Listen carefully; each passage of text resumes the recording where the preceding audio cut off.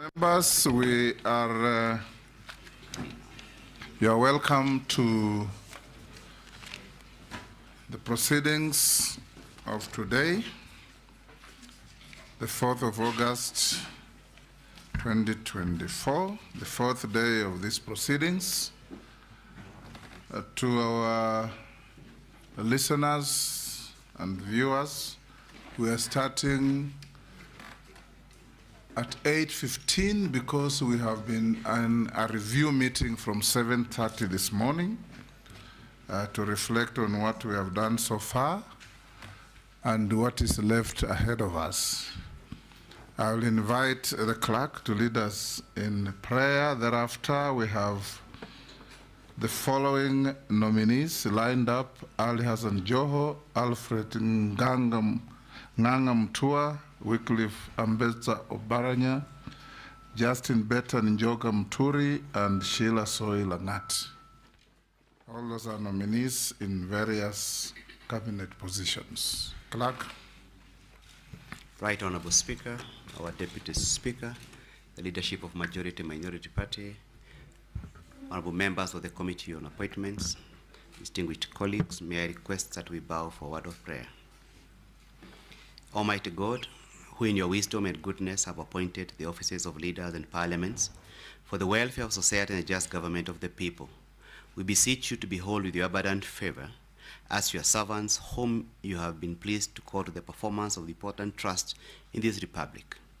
Let your blessings descend upon us here assembled, and grant that we treat and consider all matters that shall come under our deliberation in so just and faithful a manner as to promote your honor and glory, and to advance the peace, prosperity, and welfare of our country and of those whose interests you have committed to our charge. Amen.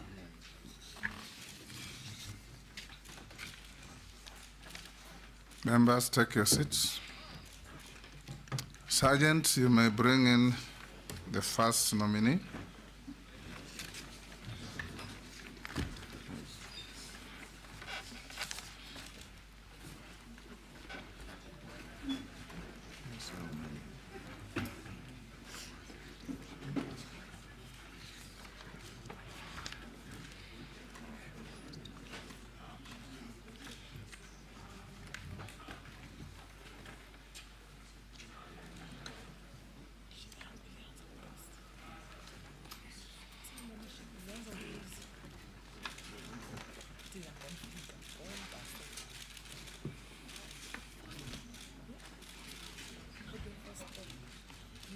Take your seat.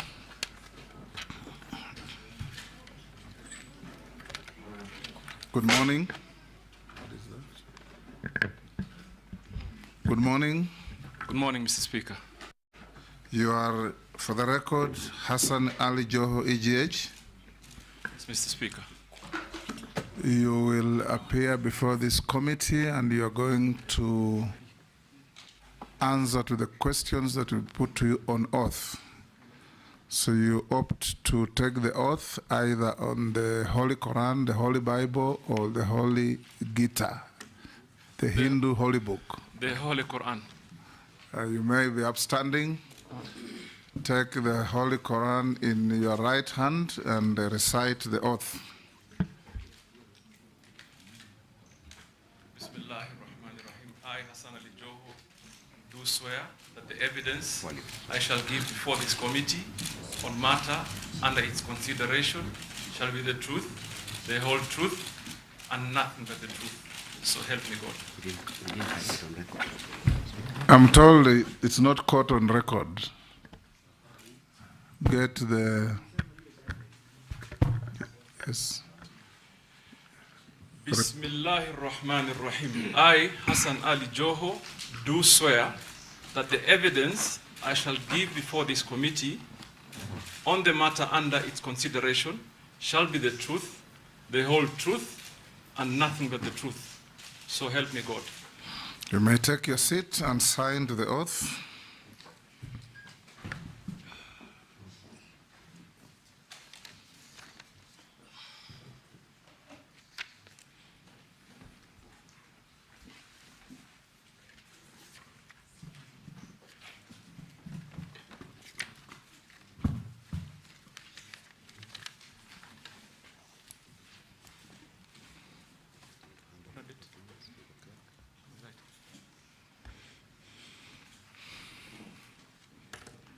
Next to that, nominee, hand your original documents to the sergeant to pass on to the clerk for verification against what we have on you.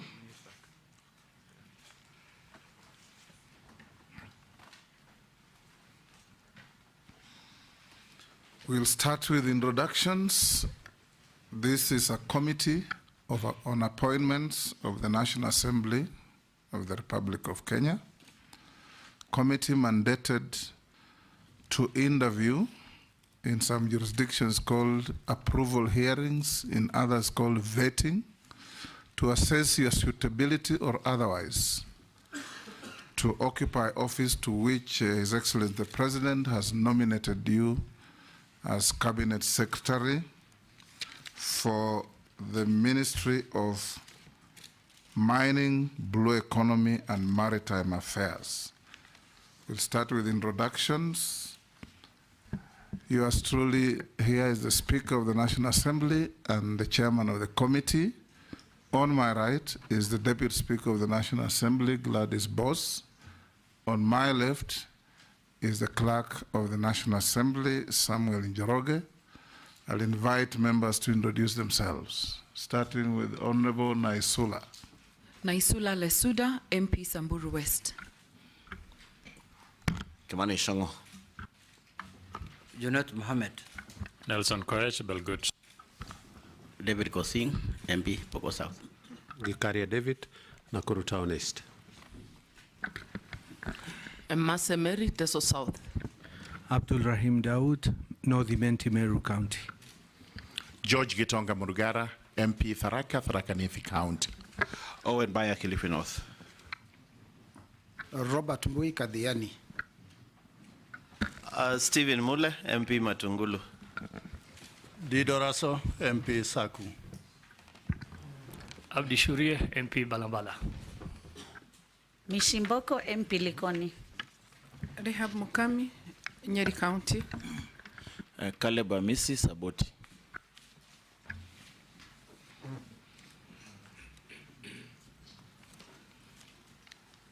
For purposes of these proceedings, you will be referred to as nominee. So every member asking questions will address you as nominee, and that's what you are before us.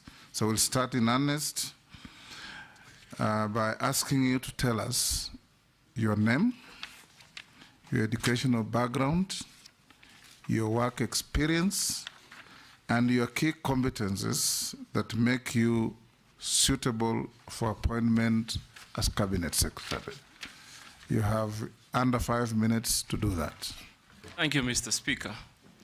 First and foremost, it is indeed a great honor to be in this House. Mr. Speaker, even though I must confess that I was used so much being on the other side when I was a Member of Parliament with you in the 10th Parliament. But Mr. Speaker, I want to begin by thanking Allah subhanahu wa ta'ala for the favor upon me. And also thank His Excellency the President, Dr. William Ruto, for nominating me for the position of Cabinet Secretary, Mining, Blue Economy, and Maritime Affairs. Mr. Speaker, my name is Hassan Ali Joho. I was born and raised in Mombasa.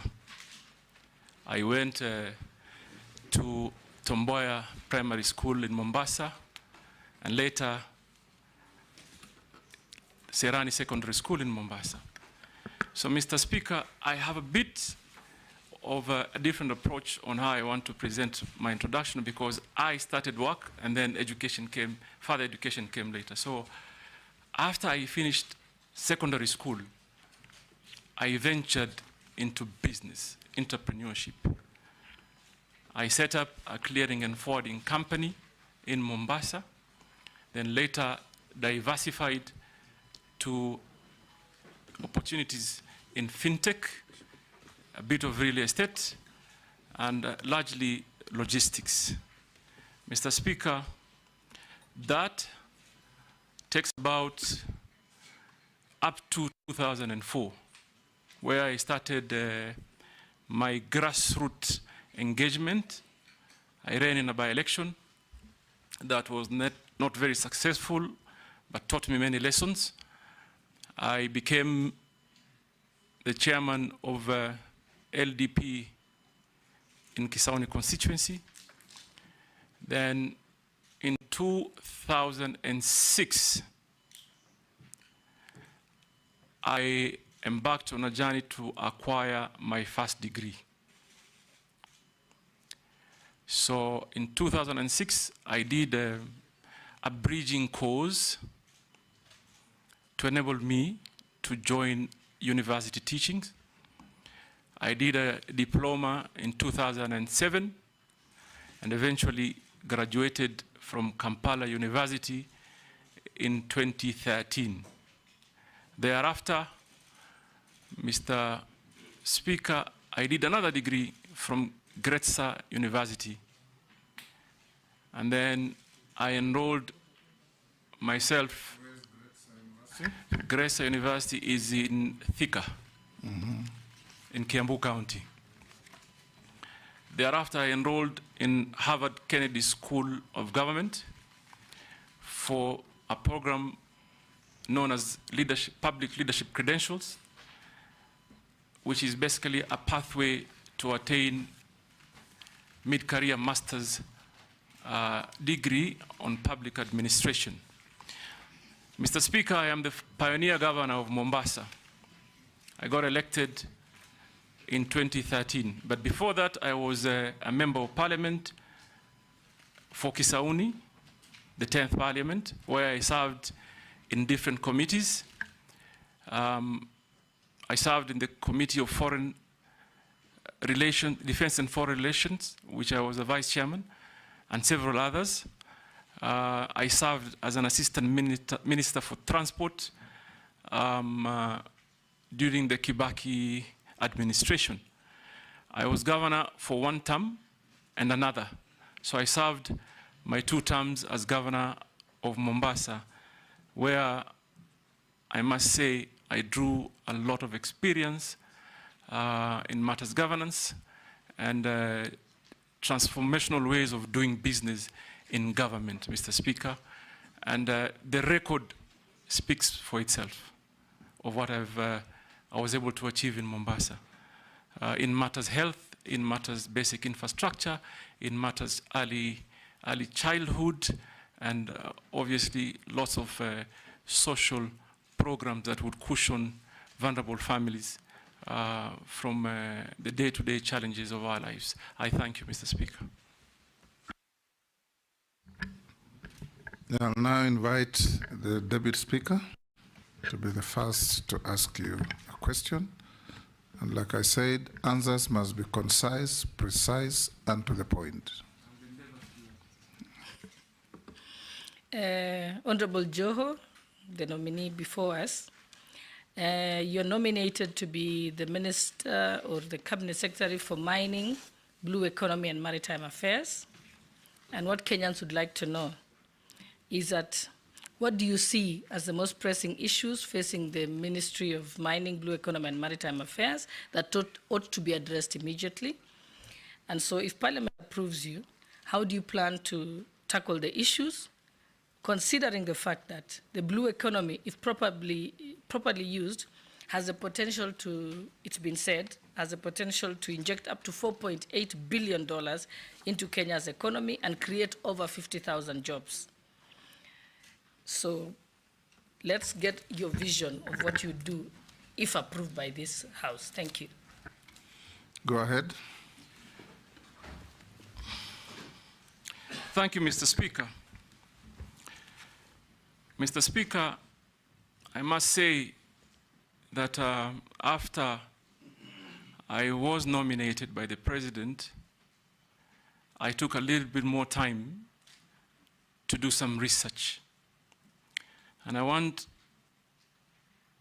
to state before this honorable committee how I see mining and blue economy and even maritime affairs. Probably that should be our focus. It actually should be our new economic frontier. Mr. Speaker, I saw, for example, that the mining industry contributes slightly under 1% of our GDP. So that led me to do some quick research that leads me to tell you what I think we should do. Mr. Speaker, we have to find, first of all, ways to generate confidence to investors and the Kenyan people. Mr. Speaker, I want, if you nominate me, if you approve me, I want to be a CS that listens. I want to listen. And I have learned that if you take time and listen to stakeholders, there's a lot of information and data that will enable you to make the right policy decisions, create legal frameworks that are responsive to the demands of the moment and attractive to investment. So what will I do first? Listen. 2, involve stakeholders. 3, do an audit of our HR capacity. We do our technological capacity audit and relook at our legal frameworks and our policies. Are they attractive to investment? And if they are not, I must embark quickly on coming up with the proposals and policies that do respond.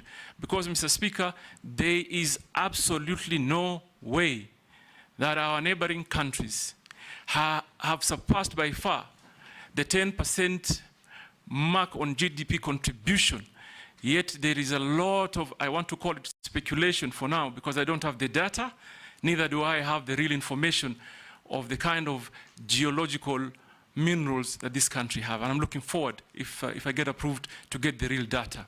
So there are certain quick things that we must do to ensure that Kenya becomes an attractive point of investment, particularly in the area of mining, blue economy, and maritime affairs, Mr. Speaker. I thank you. Majority Leader. Thank you, Honorable Speaker. CS nominee, let me begin by asking from your academic credentials that clearly looking at them bottom up. And having said how you began your journey for getting your degrees all the way to Harvard Kennedy, it's Kennedy what? Kennedy School of Government. School of Government.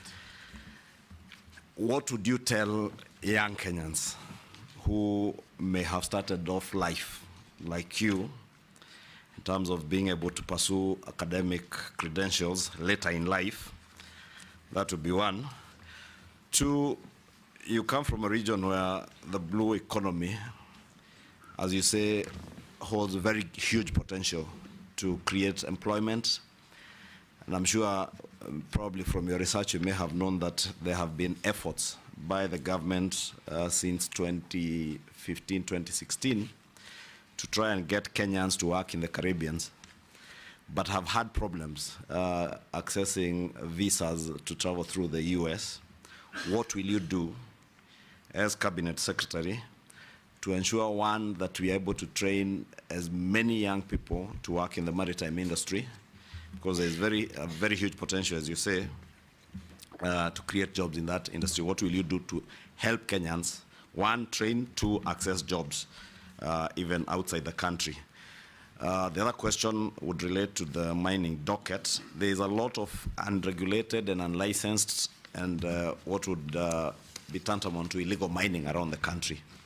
What will you do as CS to ensure, 1, that any player who is in the mining industry in Kenya is licensed and regulated? And that also involves things like quarries.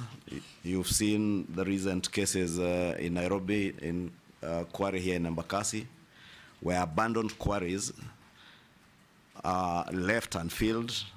They have now become graveyards for criminals. They are dump sites. What will you do to make sure that anybody who is involved, even in quarrying, is one taking care of the environment, especially in getting to refill many of these quarries, and that industry is well regulated, and anybody and everybody engaged in it is licensed. Nominee.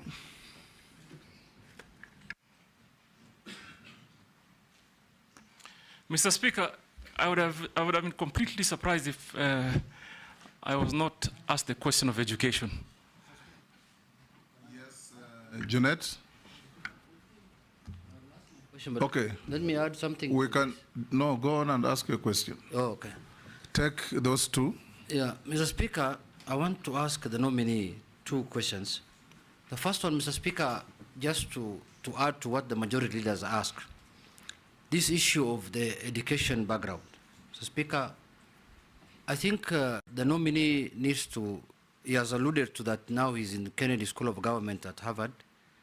We want to ask him to clear this matter, because this matter, it comes up during elections and goes down after elections. It comes up during elections, goes away after elections, you win the election. We want to slay that ghost today here. Can you share with us from the beginning to the end how it went? And my second question is that where I come from, Lake Victoria is next to it. What do you think what will you do as the Minister for Maritime to improve the lives of the people there in terms of fish industry? The fishing industry is almost collapsing. What programs do you think you will put in place to make sure that livelihoods are supported there by the people who are doing the fishing business or fishing in the Lake Victoria area? Chair, maybe since he had begun answering that one on academic credentials, besides what you would say CS nominee to young Kenyans, and from what Junet is saying, it's clear that many people who serve in public office suffer certain prejudices from Kenyans regarding the academic credentials and all that in your past. Probably you can contextualize that in that.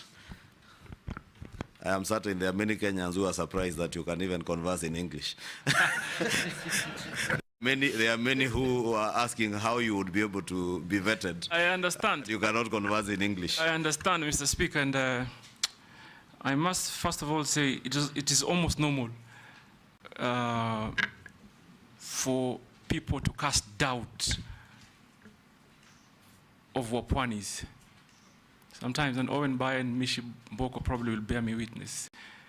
But we can and we are as qualified as any other Kenyan. Now, Mr. Speaker, I want to walk you through my educational journey and where I drew my inspiration. More than what you did? No. To respond to the question, Okay. I want to walk you through how I achieved what I achieved, and I'll continue to achieve. With brevity. Without a doubt. Mr. Speaker, first of all, I want to mention that I drew my inspiration from one Professor Ali Mazrui.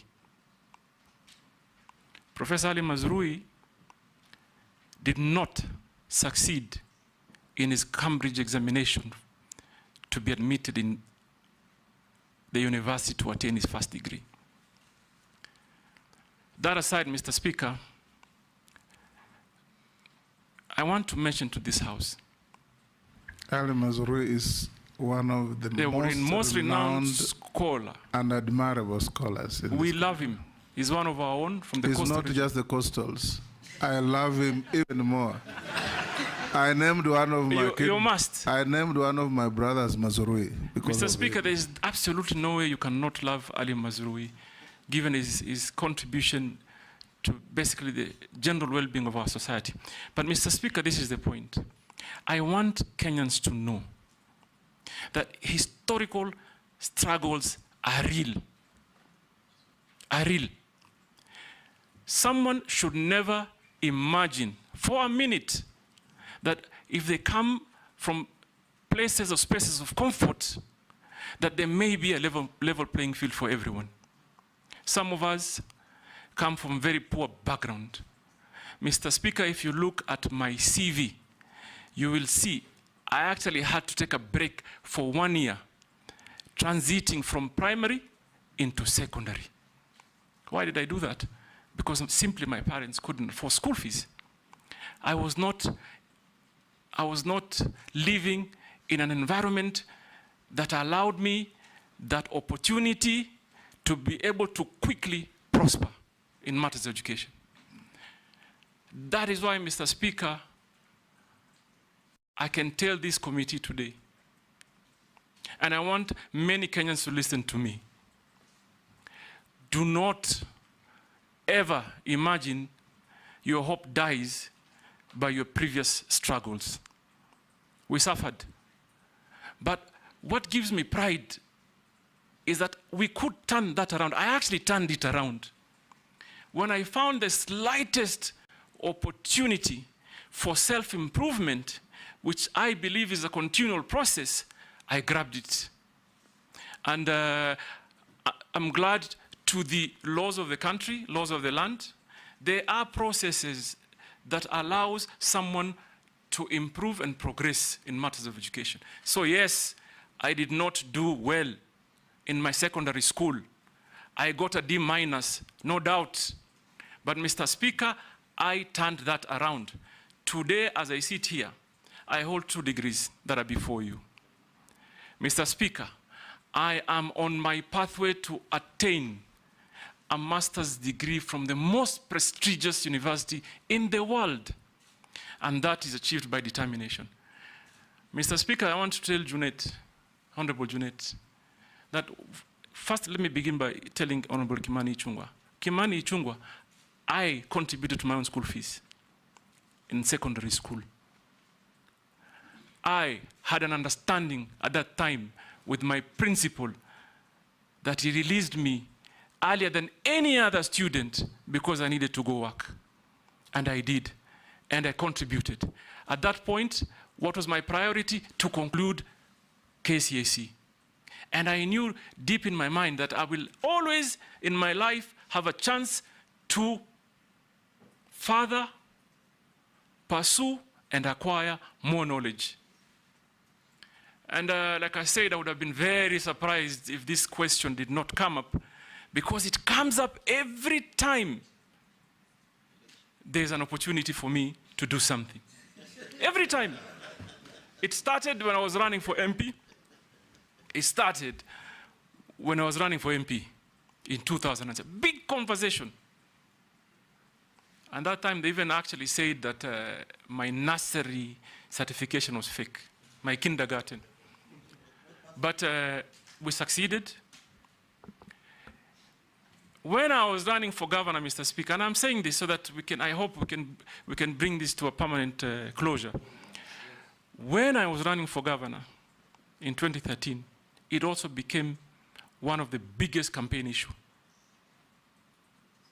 I know there were even attempts to bribe some people in the institutions that I was with.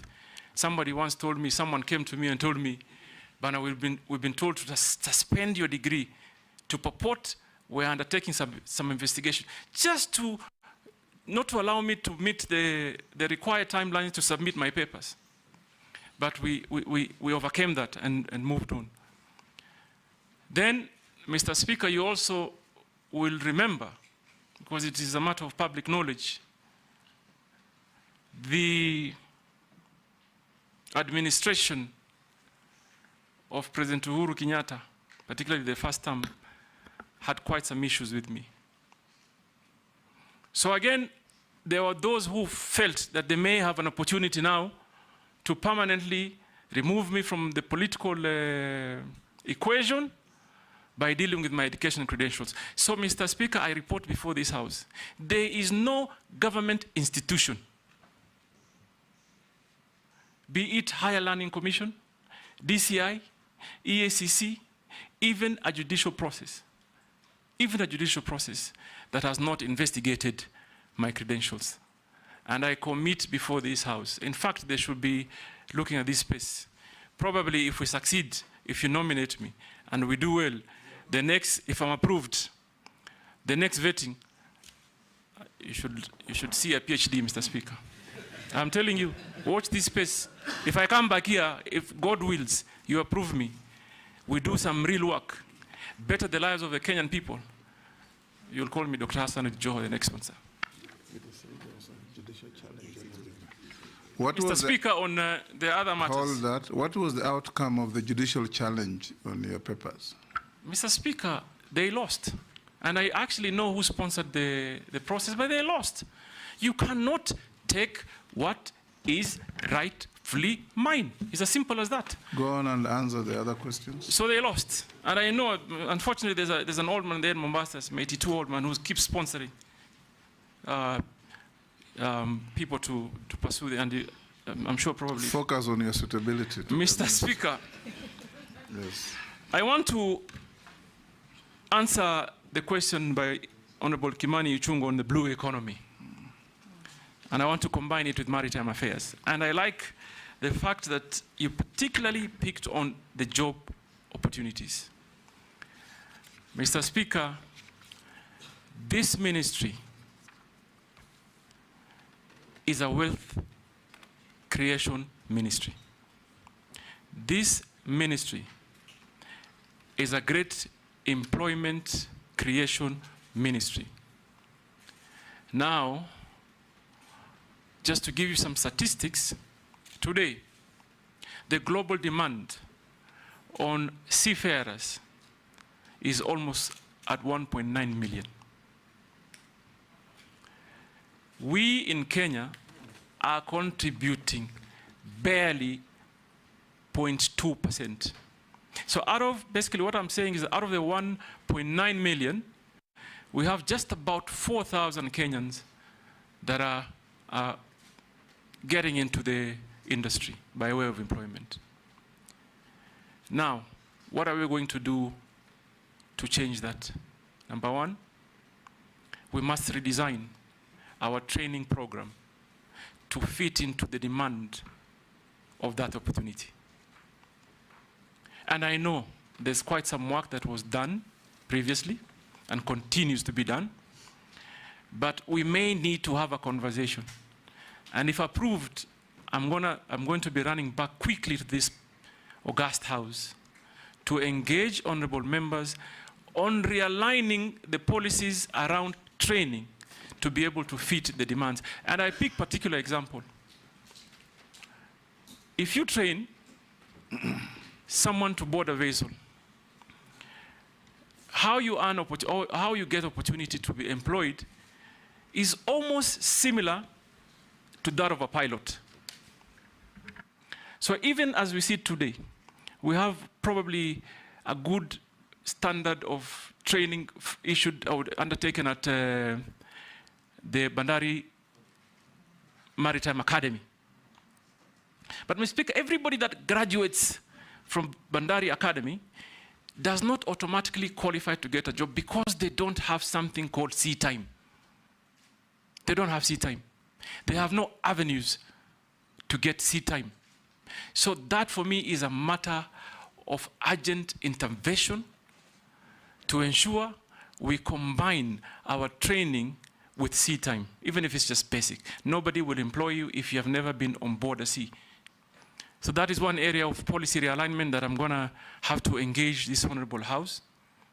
The other important area, Mr. Speaker, if you look at the statistics today, countries like Liberia are carrying 100 or plus more folds of their flag in vessels. We in Kenya, we're just about 5. From what I've heard from private sector, I've engaged the shipping industry, and I have been told, Mr. Speaker, the vessels that are carrying our flag are just about 5. What this therefore means is that our young people cannot get an opportunity because there is no level playing field. What do we need to do? To look at the policies. What is Liberia doing that is right that we can't do? What is it? Because we have so many vessels calling into our ships. What a local flag means, Your Excellency, is that the revenues generated, first of all, from the vessel will land in Kenya. Priority in terms of job opportunities will be for Kenyans, and opportunities to even design some internship program for attaining sea time. It is easier to take to Kenyan companies, and I'm going to do that. I think, Mr. Speaker, and I'm clear about it. Let me say I'm clear about it. If you approve my nomination, I will hit the ground running. It certainly shall not be business as usual. It will not, because I see. And by the way, Mr. Speaker, so that I give you the context on how and why it is urgent that we quickly realign policies that conform to the needs. It is because seafarer, by all standards, qualifies to be a prestigious job. There's no seafarer, at whatever cadre, there's nobody who earns less than $1,000. So, Mr. Speaker, I'll quickly run. The other question is on the fishing folk, and Mr. Junet, Honorable Junet, talked particularly on the lake areas, and I'm imagining he's looked at the demography well, because I was just looking at some statistics. And I looked lake areas from Muhuru Bay, you pass Siaya into Soiport, Sioport in Busia. And the numbers that are produced, nothing justifies that our neighboring countries are processing more. Understood that they may have a lot of, the area might be wider, but they're processing 100-folds more, particularly for export. What do we need to do? And I've seen this problem, for example, in the fisher folk and artisan fishermen in the coastal region, from Kiunga to Lungalunga. And government has put some effort. Let me just acknowledge. Government so far has given boats and some storage facility. And they're building landing sites that are some complete and some yet to be complete. But that alone doesn't solve the issue. There is the issue of capacity building. These fisher folks, these artisan fishermen and women should be trained. Should be trained in how many fronts? One, processing, basic business skills,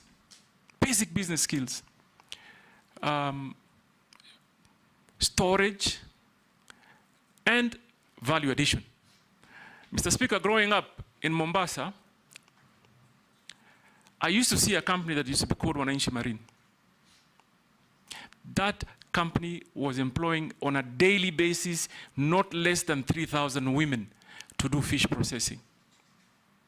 But as we sit here today, Mr. Speaker, there is no single factory that I can directly point at that does the same. And it's going to be my business. Number one, to create a lucrative environment for investment. You have to combine private sector investment, government support, and people's participation. And idea number one is, for example, if we want to help the fisher folks and fishermen generally, we must develop strategy like creating collection points. And I tell you, Honorable Kimani Ichung'wah, why I say that, because one boat goes out, comes with possibly 20 kilos, and they are likely to be possibly around maybe 100 boats of such capacity. But everyone who comes don't call it into the same landing site. What do? They find means to buy ice blocks and store. But imagine if we put them in a cooperative, manage them and organize them, train them. You arrange collection points. Why we don't export our fish very well is because we don't consolidate it. We don't consolidate our catch. So for me, I should have a truck picking from Kiunga into Owen Bay's constituency, Owen Bay's into Mombasa, into Kwale and Shimoni. Consolidate it so we bring adequate catch that will qualify for even export market. Mr. Speaker, Honorable Ichungwa talked about on restoration programs of quarries. There is a law in place, but it's not enforced. What do I think needs to be done? Number one, we must create synergies with county governments. Why do I say so? They are beneficiary of the royalties. We must train and encourage the Kenyan people to abide to the required environmental standards. Number three, we must work on our enforcement, and this will require a multi-sectoral approach that I'm probably going to initiate. And maybe on the policy issue is that we may consider requiring or requesting when you are licensed to mine, so that we are assured you will actually work on restoration, create a bond, a surety bond, whether by way of bank guarantee or whatever formula that works, so that you deposit it in government, a similar amount or an estimated amount. So if you don't restore the site that you've mined our geological wealth from, we have bonded you. So you just don't walk scot-free. Mr. Speaker, you've answered all the questions. I think I have answered all the questions. Good. I thank you. Those who have never heard of Ali Mazrui, I encourage you to read a few of his books. Africans, A Triple Heritage, Africa's International Relations, and Africans from Slave Ship to Spaceship. Mr. Speaker, if you have some extra copies, I'm going to pick some from you. Pardon? Good. If you have some extra copies, I'll pick some from you. If you've read, unless you're collecting them. I'll share with you. Naisula? Thank you, Chairman. To the nominee, during your preamble, you thanked His Excellency the President for nominating you, and that is why you're before this committee. You are in public, having said, and I quote you, "I don't ever dream of engaging with Ruto. Mimi niongee na Ruto, niongee na Ruto nini?" I want to put it to you that if this committee nominates you and the National Assembly approves you, you'll be sitting in a cabinet where His Excellency the President will be chairing. I would like to know whether mutaongea nini kwa hiyo cabinet. But that's beside the point. I want to get to the real issues, but that's also a very valid question, because it will be important to know how you will engage as the minister, if approved, cabinet secretary, and with His Excellency the President. Now, there is tax exemption on exploration and accumulation of exploration expenses for offset against income upon full commercialization. What I would like to know is, do you think exemption should be tied to certain activities and for certain duration of time? There are people who are exploring in this country in perpetuity for 30, 40 years, just so that there is tax exempt. And I suspect they've actually explored and they've gotten the gemstones or whatever they're exploring, but because of the exempt, they continue to say they're exploring. To my last question, the Mining Act prohibits civil servants from dealing with minerals. According to Article 81 of the Mining Act, no person, whether civil or military, and serving in government is allowed to directly or indirectly acquire or hold any right or interest under any prospecting right. Despite this provision, high-ranking government officials, public officers, state officers, and civil servants are involved in mining. And I'm sure some of them have started looking for you since you were nominated. What mechanisms and plans will you put in place to ensure that revenues from gemstone mining do not end up in the pockets of cartels without disclosure? Actually, I thought cartels are only in agriculture, health. I've come to realize during this appointments committee, cartels are everywhere, including mining. And how do you intend to protect and shield communities from unscrupulous miners and cartels? Nelson Koech. Mine also was a quick one too, on the same gemstone. Late last year, the president had this launched, it's called a Voi Gemstone Value Addition Center. It is ill-equipped, nominee. I don't know what you will do to make sure that there's value for money, and the small-scale miners are also able to be able to sell their mines in Voi Additional Center, Gemstone Additional Center. Number two is the mining law sets up several mechanisms which Kenyans can enjoy direct benefits from minerals. That is, for every sale of mineral, proportion of value of mineral is paid to the government as royalty, which is shared between national and county government and mining communities in the ratio of 70, 20 to 10, respectively. How then will you do differently to ensure the same is adhered to mining communities and county benefits? Nominee.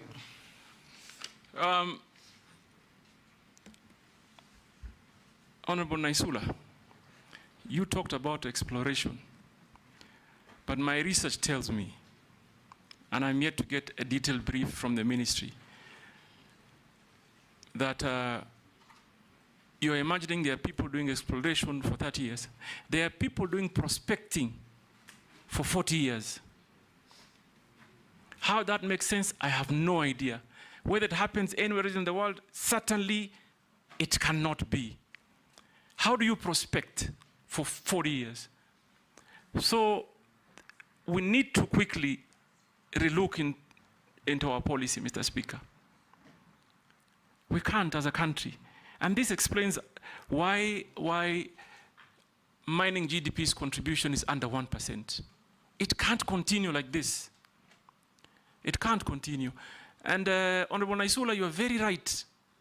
If you thought you saw cartels, I've come to learn within this short period of time that I've been nominated, there are greater cartels in the mining industry. And Mr. Speaker, if you approve me, that is where I begin. Remove the cartels, remove the brokers.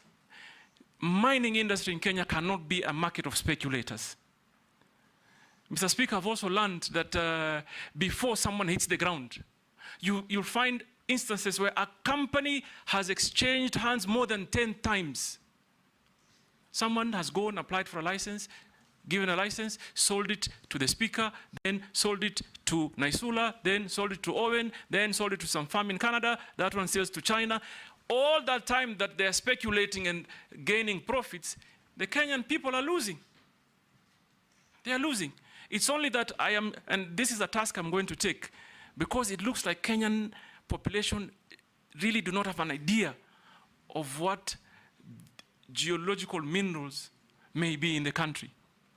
They must get involved, and I'll take it upon me to ensure they get involved. So I identify completely with your sentiments, Honorable Naisula, and this is an urgent matter that must be discussed and be realigned in a manner that works and defeats those cartels. Mr. Speaker, Mr. Speaker, Honorable Naisula told me nitaongea na. You don't have to answer that. Only fools don't change their mind. I was going to say it in Kiswahili. Go on and answer the other question. Wapumbavu tu ndo wabadilishe mawazo. There is a question on communities. Yeah, I'm coming to that. Yes. Number one, I've already picked an issue on, for example, timely disbursement of royalties. Mr. Speaker, I was talking to some people from Taita Taveta County, some community, who told me they have not received their share of royalties on a certain mine for the last 7 years. That can't work.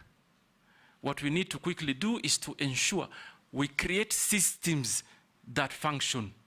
And number one priority is that the Kenyan people primarily should be priority in terms of receiving their royalties and benefits. Mr. Speaker, we also have to have a conversation. I am looking forward, for example, to quickly engage the counties. the counties, according to the current law, receive a good chunk of royalties. Maybe we may need to look at our legal framework on how we can also cushion the communities in the counties by ensuring that we maybe ring-fence some of the resources to development. Why do I say this, Mr. Speaker? You know very well. Geological minerals do get depleted.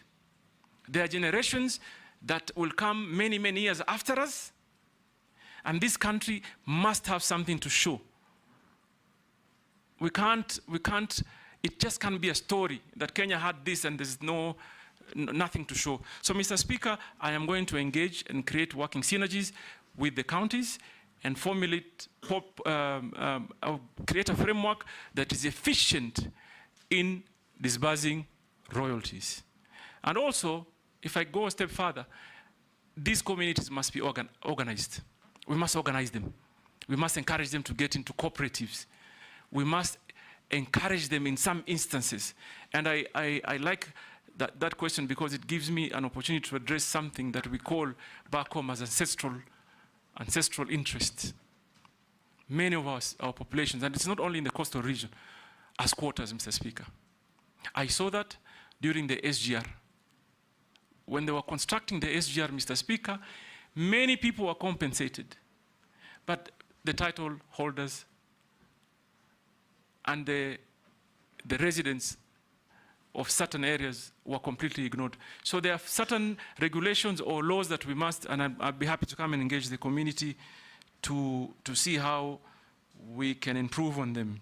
Mr. Speaker, on Honorable Koech, I haven't seen the Gemstone Center at Voi, but I'm looking forward to see it. But what I think the mining industry needs to do is to focus on private sector investment. Government should not be in the business of competing with its citizens. So there has to be concerted effort and specific focus to encourage private sector investment. Why do I say so, Honorable Koech? Because they will meet the global standards. I am not sure whether the Gemstone Center in Voi is properly equipped to test and process what they get.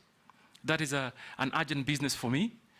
And I'm going to look into it as soon as I have an opportunity of possibly if this honorable committee approves me. So that we even are able to test, identify what minerals should be allowed for export, what should be kept home for value addition, and what should be put in the market and what values. And I have seen it. I have seen people from Voi coming into Mombasa with a small packet of many, many gemstones and almost sell them at wholesale price. Someone else picks them up, some foreigner will pick it up, go to Hong Kong, go to Thailand, and make double or triple the money that, that Kenyan ordinary man would. So I will look into that as a matter of urgency, Honorable Koech, and I'm hoping that I see the passion. It will work together. Posing, then Gikaria, then Emase. In that order. Take those three. Thank you, Honorable Speaker. Honorable Joe, I hear you talk about policies and systems. Should you get the favor of the House, my proposal will be concentrate on the actions. If you live in these policies and systems, you will leave that office with systems and policies, having not even approved. So that's my advice. But my question is, the governors who have been ministers, Honorable Joe, have not gotten a good rating from where I sit. They have been accused of being desk ministers, governors, former governors. I don't know whether they got a lot of comfort when they were governors or they became two bosses when they were governors, and therefore they are not actually seen in the field. What will you convince this committee to believe in you? And particularly, I think I like the word you said, that what we lack is confidence I think it's true, because I come from a mineral county, which is West Pokot. Confidence of investors coming to invest, and also confidence of the people accepting investors. What will you convince this committee, Honorable Joho, that you will be in these mineral counties in building confidence, and for both sides, the investors and, or you will go to Mombasa, because now blue economy in Mombasa, will you also be in mineral counties to build confidence? Thank you, Speaker. Can I? Three. Ikaria, Thank you. just record and answer them quickly in the order they came. Ikaria, go ahead. Thank you, Chairman. Switch off your mic. Thank you. Thank you, Chairman. I think the exploration is something that the nominee has said he's going to look into, and I'm saying this in relation to the corporation, the National Mining Corporation, which is a corporation of government, which is in exploration and does nothing other than just getting salaries and doing nothing in exploration. As we look at, I was trying to look at the law as to whether we have timelines for exploration. I remember in the Energy Act, we have 2 years for exploration. After that, your license expires. The other bit that also needs, you need to look at is the Mineral Rights Board, the licensing board that gives, there is a lot of bureaucracy in terms of giving licenses on time. It's like they don't have a service charter for, if you apply today, by what time should you be able to get your license. But the most important thing is, let me talk about the artisanal miners. Honorable nominee, artisanal miner is a big area of employment. And of course, we know there is a cooperative that has come in place. But again, the licensing of these cooperatives and artisanal miners has become an issue with the Mineral Rights Board. So what are you going to do to help our young men and people who work in doing artisanal mining across the country, who do the illegal mining per se in quotes, but who have been applying through cooperatives, and then it takes forever for them to be able, and getting very, very bad prices or bad for the product that they get from the mines. Thank you, Honorable Chairman. Mary Massey. Thank you, Speaker. Nominee, my first one's a comment. It's good that you mentioned about redesigning our training programs. Through you, Speaker, recently the Maritime Authority advertised for jobs for Kenyans to work in the vessels. And the requirement was just basically training in hospitality, front office, and a foreign language, which is German. But I put it to you, they could hardly raise the numbers that were needed. So seriously, it is an area of concern because we are losing out on opportunities as Kenyans, yet we're talking about unemployment. So, Honorable Nominee, if approved, I think that is one of the areas you need to seriously focus on to ensure that we're training in all disciplines related to maritime so that we can benefit from the opportunities. So my question is, and this is from a Kenyan, in 2010, the then Internal Security Minister, the late Honorable George Saitoti, tabled a list in Parliament containing 4 members of Parliament, including yourself as a suspected drug trafficker. The US Embassy also stated that Kenya anti-narcotic unit suspected that you were involved in narcotic trade. Are you aware of these grave allegations and the effects of drug addiction in our nation? If so, kindly shed some light on that. Thank you. Answer those 3. Honorable Kosing, my record speaks for itself. I was not in any way a desk governor. I am a ground person. I am a ground person. That is why I left Mombasa County with the best cardiac center in the country and possibly in the continent. I left Mombasa County with state-of-the-art cancer treatment center. I left the county with a lot of social development programs that are on record. So I'm just picking a few. Mr. Speaker, today if I have a cardiac issue, I want to tell you, and I will encourage all of you and those that have visited Mombasa, if you have a cardiac issue, Coast General is your place. Because they have the state-of-the-art cath lab with well-trained doctors that constantly do open heart surgeries, fix cardiac issues quickly, and that was my leadership. So I provide leadership, and I will. And in the mining and blue economy and maritime, if you approve me, I will hit the ground running, Mr. Speaker. On matters of licensing, I don't know whether this committee understands the process that is applied on licensing, but I'll quickly share from what I found out. And I'm saying that this I found out from the private sector. Number one, you go to the potential area and engage either the landlord or the communities or the county.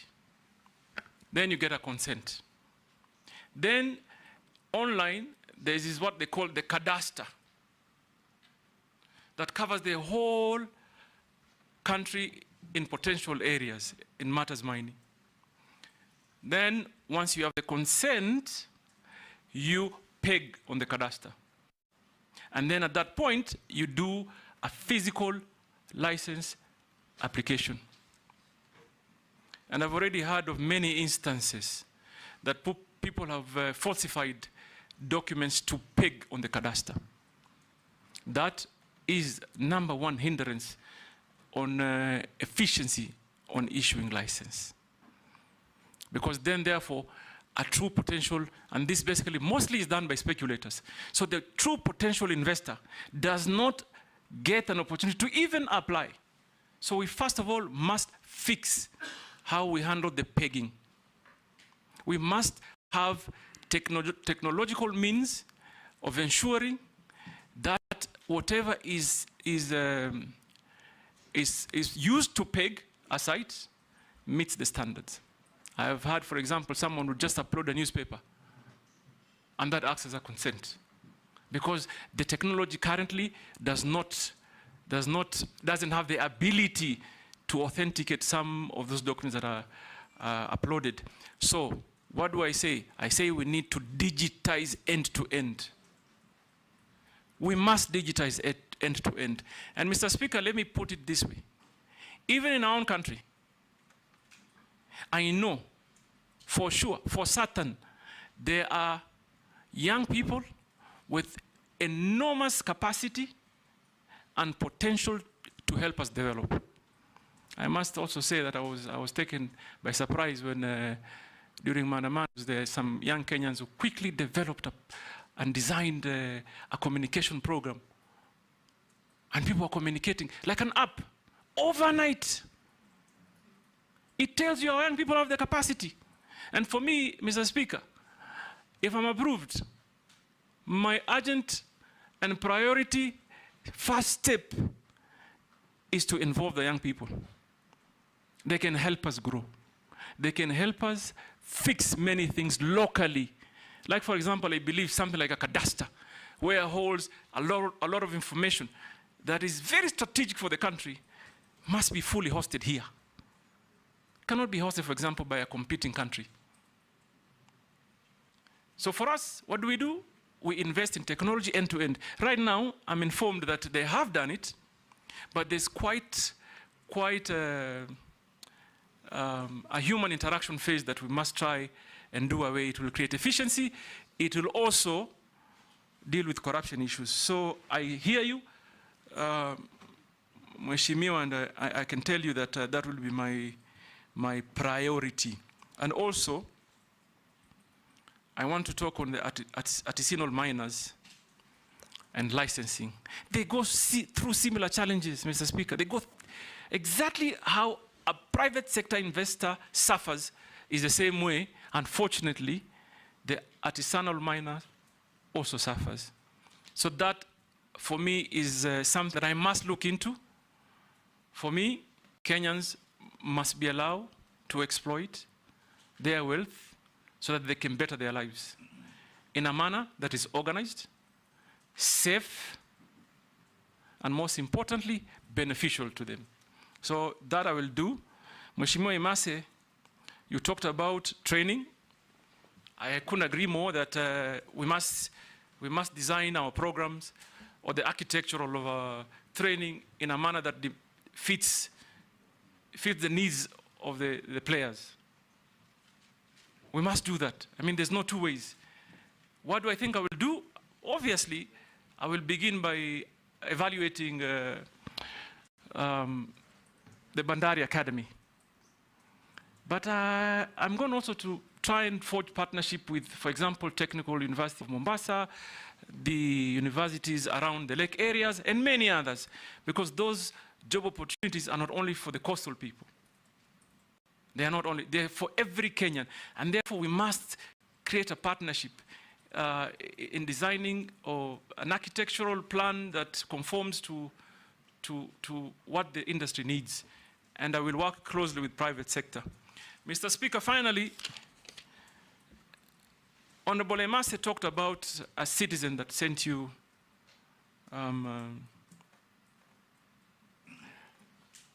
SMS. A question on SMS. On the drug baron issue. You know, the irony for me is that when you want to pick records selectively, that is what challenges me. The quagmire for me is I don't understand if you come and table a report. Obviously, there must be some subsequent actions. And I want to also, this is one matter that I really hope we can put to permanent closure, Mr. Speaker. When I was campaigning in 2013, in Mombasa, there were billboards put up. Don't vote the Baron, vote change. Mr. Speaker, let me begin with that report. Yes, I thought he tabled the report on a dossier that he was given, that was passed to him through the American embassy. What normally happens is that when you table or pass a dossier,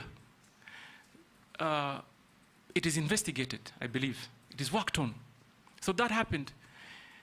The late Honorable Saitoti, may the Almighty rest his soul in eternal peace, came back to Parliament with a report. He came back to Parliament and tabled a report of investigation and the outcome. And it was a multi-agency, almost international investigation that clearly stated, and I'm going to only speak for myself, that no iota of evidence was found against me. Mr. Speaker, let me put it this way. I'm not a fool. I come from a family that is blessed with businesses.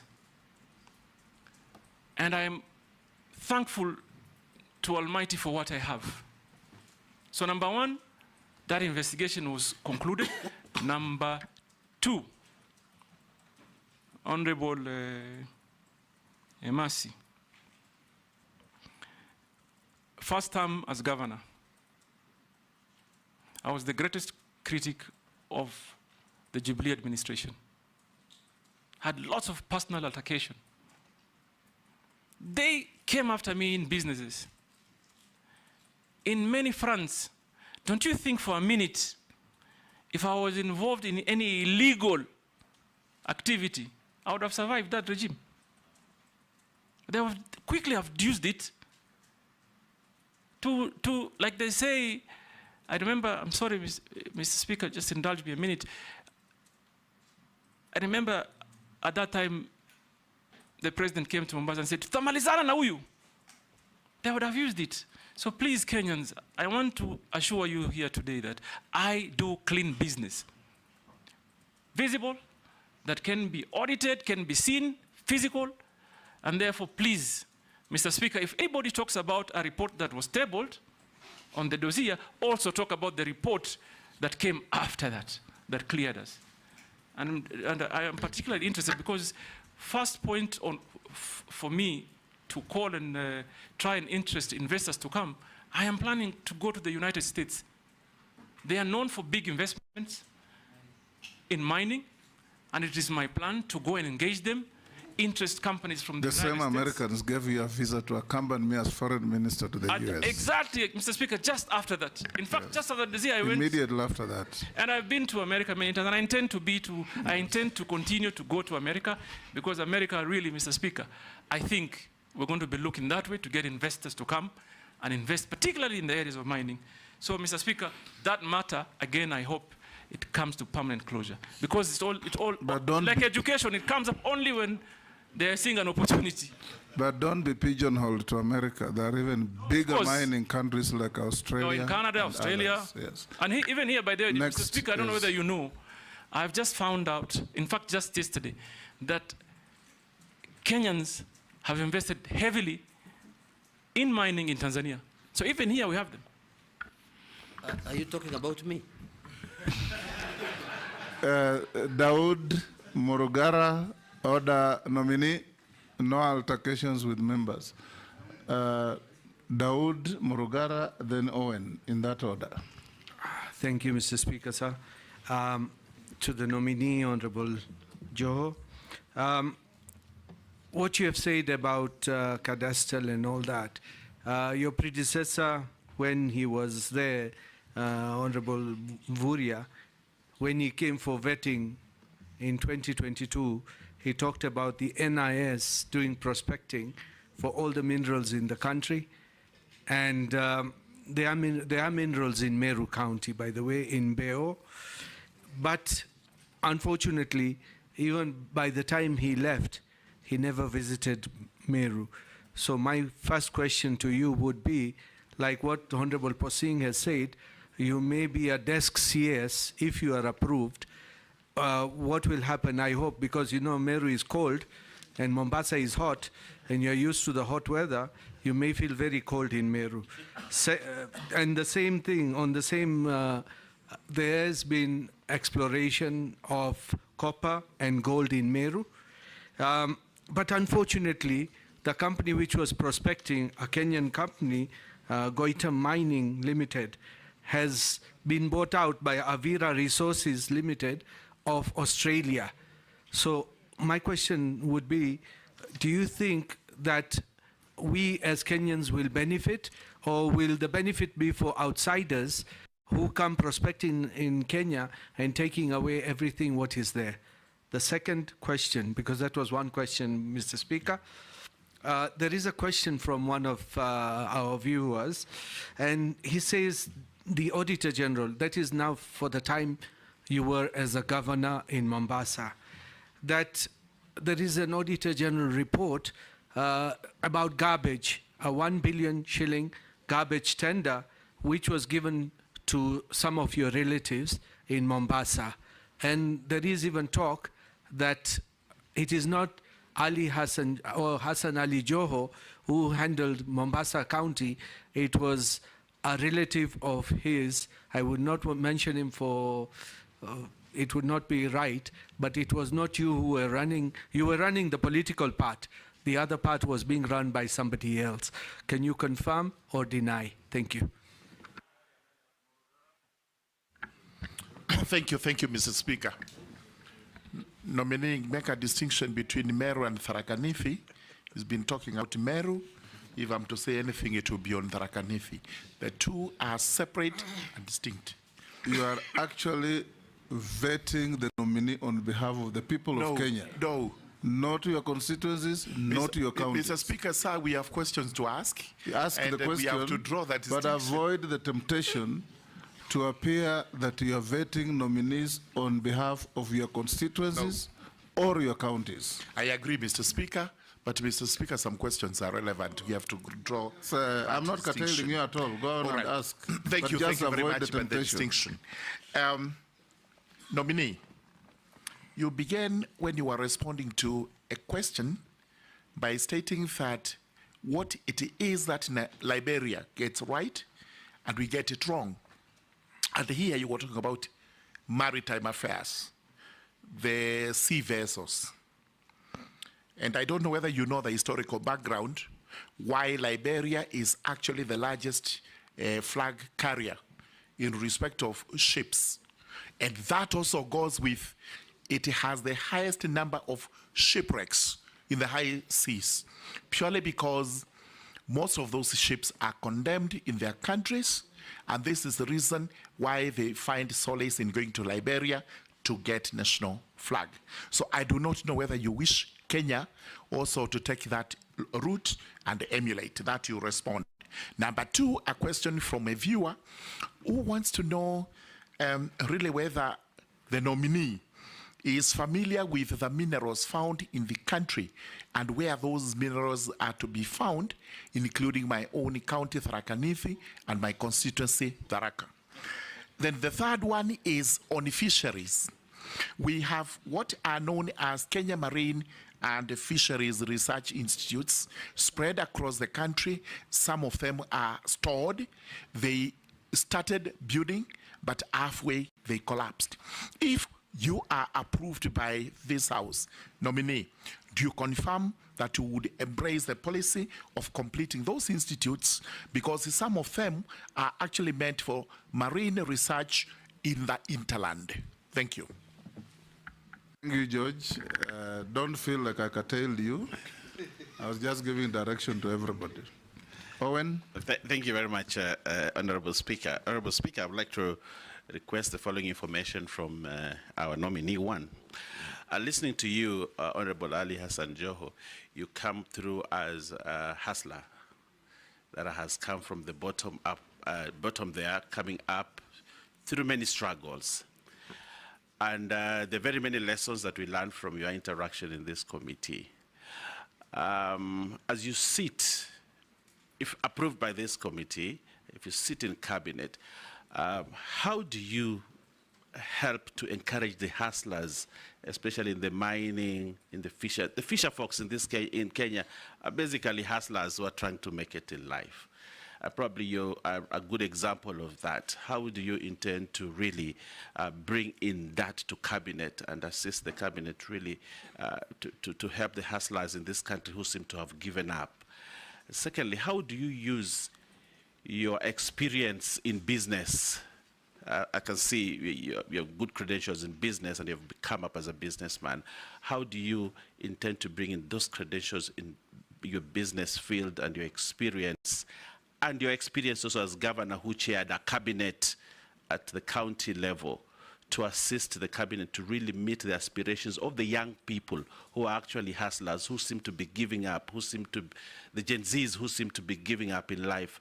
How do you intend to bring that experience to help Kenyans? My second question is that specifically to the marine area, there is a marine spatial plan that has been in the works for many years. It has never succeeded, it has never taken off. Many people in the marine industry are waiting for that spatial plan. How soon can this country realize a spatial plan in the marine area? I thank you, Honorable Speaker. You can take those, nominee. Yes, Mr. Speaker. Let me begin, first of all, by the spatial plan issue. And I believe strongly in planning from an informed position and real-time data management and collection. Basically, if even land use is critical that is properly planned. So this, for me, is urgent, and I'm going, if approved, to ask that it be expeditiously done, because it is important. Honorable Owen, sorry, I'm starting with you, Owen. My experience as a businessman and as a public officer, and I am glad that I've served in different spectra. I was once an assistant minister, got a lot of guidance at that time from the Honorable Speaker. He was my mentor, actually, in Parliament. I participated strongly in matters of legislation. I remember the NTSA formation was done under my watch at the 10th Parliament, Mr. Speaker. And the acumen stature of business I got is for literally experience. And Mr. Speaker, I've run quite fairly big business, and I bring that on board to be able to capture the ideology of a business sector, combine it with public sector, so that we can be able to deliver on behalf of the country. Mr. Speaker, I want to assure Honorable Owen, those wavuvis or fisher folks or artisan fishermen, they need help.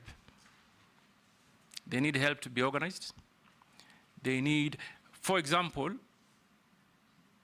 we must find means, whether by way of partnership or government funding or private sector. And this, for me, is an area of interest because I am aware of the Go Blue conversation. Many young Kenyans have been sponsored, but we need really now to start sponsoring them for deep sea fishing. Because even if they use what they have today, they can achieve that much. But if we get them to go deep sea fishing, then now for me, that will be the game changer. And that is what I will undertake to do if this committee approves me. Mr. Speaker, on matters of stalled projects, government should not have any stalled project. You must plan well. Mheshimiwa Murugara. Government should not have stalled projects. We must develop plans that do work. So that when you start something, you must finish. And like Owen asked, I gained that experience from private sector practice. Value for money and timely delivery is critical. So expect that we'll have a conversation. First of all, I'm not in a position today to say I know all the stalled projects, but we will have a conversation and develop a clear plan to be able to complete the stalled projects. We don't want a situation where we embark on new projects and we leave the old ones stalled. My brother, Dawood, you talked about NIS prospecting report. I'm not in a position right now to comment about it. But I have an issue on communication that must improve. And I would urge even my colleagues in other ministries that ministries must help the president to communicate to Kenyans. If we had a clear communication plan, you probably wouldn't need this opportunity to ask, what do we have in the country? So I will go to the ministry if approved, learn what they have, and I promise I will communicate to the Kenyan public of what they have. Mr. Speaker, Honorable Dawood asked on exploration of gold and copper in Meru, and the fact that the miners or the mining company exchange hands. I think the fact that companies do exchange hands doesn't mean the law on royalties change. It should remain. And they should continue to pay royalties, both to the communities, county government, and national government. So I doubt if the government will lose. The only thing that I am concerned about, and I think we collectively should, is the testing of minerals. Whether we have that capacity in the country. Because I'm told, I took some time and called some minister friend I have in another country that's very successful in mining. I'm told in instances where you mine copper, you are very likely to get good deposits of gold. But what the miners do is that they only report copper. So therefore, we urgently need to enhance our testing capacity and ground truthing. And I will happily visit you in Meru, in Tharaka, in Migori. I'll go to Suna. I'll go to Kikuyu. I'll go to Turkana. Turkana has the potential of exporting large quantity of what they call mango tilapia. Huge market for mango tilapia in DRC. I have to go there and see how we can improve on that. I will go to Busia for gold and value addition. I'll go to Kakamega and the larger Western. Everywhere where there's potential for minerals, I will go to ensure, first of all, we involve the communities, we work with the counties, we secure the communities, we engage on matters of environmental impact. So I will be visiting every part of this country, Mr. Dawood, including Tharaka and Meru. And Pokot. And Kosin is a fairly blessed man. I hope he'll host everywhere. And everywhere. Yes. But I want Kosin to undertake that he'll host me when I go there. So prepare some sumptuous cuisine. On the 1 billion tender, I saw it. Mr. Speaker, let me confirm. This is a matter that was audited, dealt with, investigated by the anti-corruption and the DC and everybody, and it was concluded. First and foremost, it has never been 1 billion. The contract, yes, it was a tender advertised. Someone won the bid, not from my family. My family is in the logistics business. They're extremely busy. In fact, sometimes I struggle to encourage them to help me with social programs and our foundation. They are too busy. They have no time to do government business. And by the way, Mr. Speaker, just to put to the record, my family does not do business with any government entity. We are in logistic business in Tanzania, in Uganda, in South Sudan, in Dubai, and here in Kenya. So please be assured, my family is not in any way involved in that tender. And the actual amount that was being investigated, Mr. Speaker, was just about 200 million, paid to the company that won the bid over a period of 3 years. The way it is portrayed is like I went to the county coffers with a check of 1 billion and gave to my cousin. That is not the case. It was a tender, advertised, someone applied. It's only that I cannot mention the name of the guy who won the tender. But even him, he did bid in that tender for just helping us to achieve certain environmental standards. He was already a big billionaire. So he's just set up just where, and he outbid everybody. So in the period of 3 years, Mr. Dawood paid 290 million. And it was investigated and concluded. We also received some memorandum on that. You've answered all the three. Now let's go to Robert Mbui. Mr. Speaker, I haven't answered the issue on Liberia. Okay. And it is very important. Okay. And I want to inform Honorable Murugara that, yes, there may be historical issues. But you know what? You call them abandoned or condemned vessels. I want to enlighten you. I'm actually going to encourage those condemned vessels to come to Kenya for one purpose: distraction. It's a big business opportunity. Honorable Murugara, I don't know whether you are aware.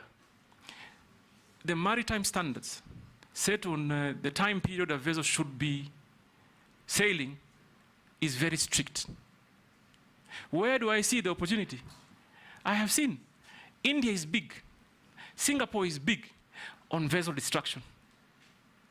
So I would also encourage private sector here. Let those condemned vessels come, we demolish them, and help our steel industry. It will be a game changer for our steel industry. One, first of all, the owner of the vessels pays to bring the vessel, and they pay for destruction, and we remain with the steel. So it is what we do with it. For me, so Mr. Murugara, I see there a great opportunity that we must engage in. Sumra atafurahi sana. Robert, then Stephen, then Didoras, in that order. Yeah, thank you, Mr. Speaker. I have just a quick comment and then one question to the nominee. You know, Africa is rich in mineral resources and other raw materials, yet we remain poor in the world of community of nations. And from my research, and Kenya is also very rich in minerals. And like you've said, it contributes very small percentage of our GDP. But despite that, Nominee, there are also a lot of billionaires, not very many, but a number of billionaires in Kenya out of this issue of minerals. So maybe you need to help Kenya to be able to achieve its objectives in this industry. But then I have a question, and it's not mine, it's a submission, and that will help us test your integrity. And I've heard you say you want to clear the air on matters out there in public domain. This is a submission that was given to this committee in an affidavit, but did not conform to Section 6/9 of the Public Appointments Parliamentary Approval Act. But we have agreed that it's important that we field these questions for you to clear the air. Now, this is a gentleman who says that as governor of Mombasa County, your administration awarded a tender to construct a county stadium at a cost of taxpayers' money to the tune of 1.8 billion. Now, a report by the Auditor General for the financial year that ended June 2023 showed that the county stadium was yet to be completed, this is many years later, despite the construction beginning in 2018. Now, consequently, the Office of the Auditor General could not ascertain the value for money of the expenditure incurred on the proposed development of the sports complex, and this could therefore risk cost escalation and project termination. Kindly explain the extent of your involvement in the matter and whether the stadium has since been constructed so that you could allay the public. Stephen? Thank you, Mr. Speaker.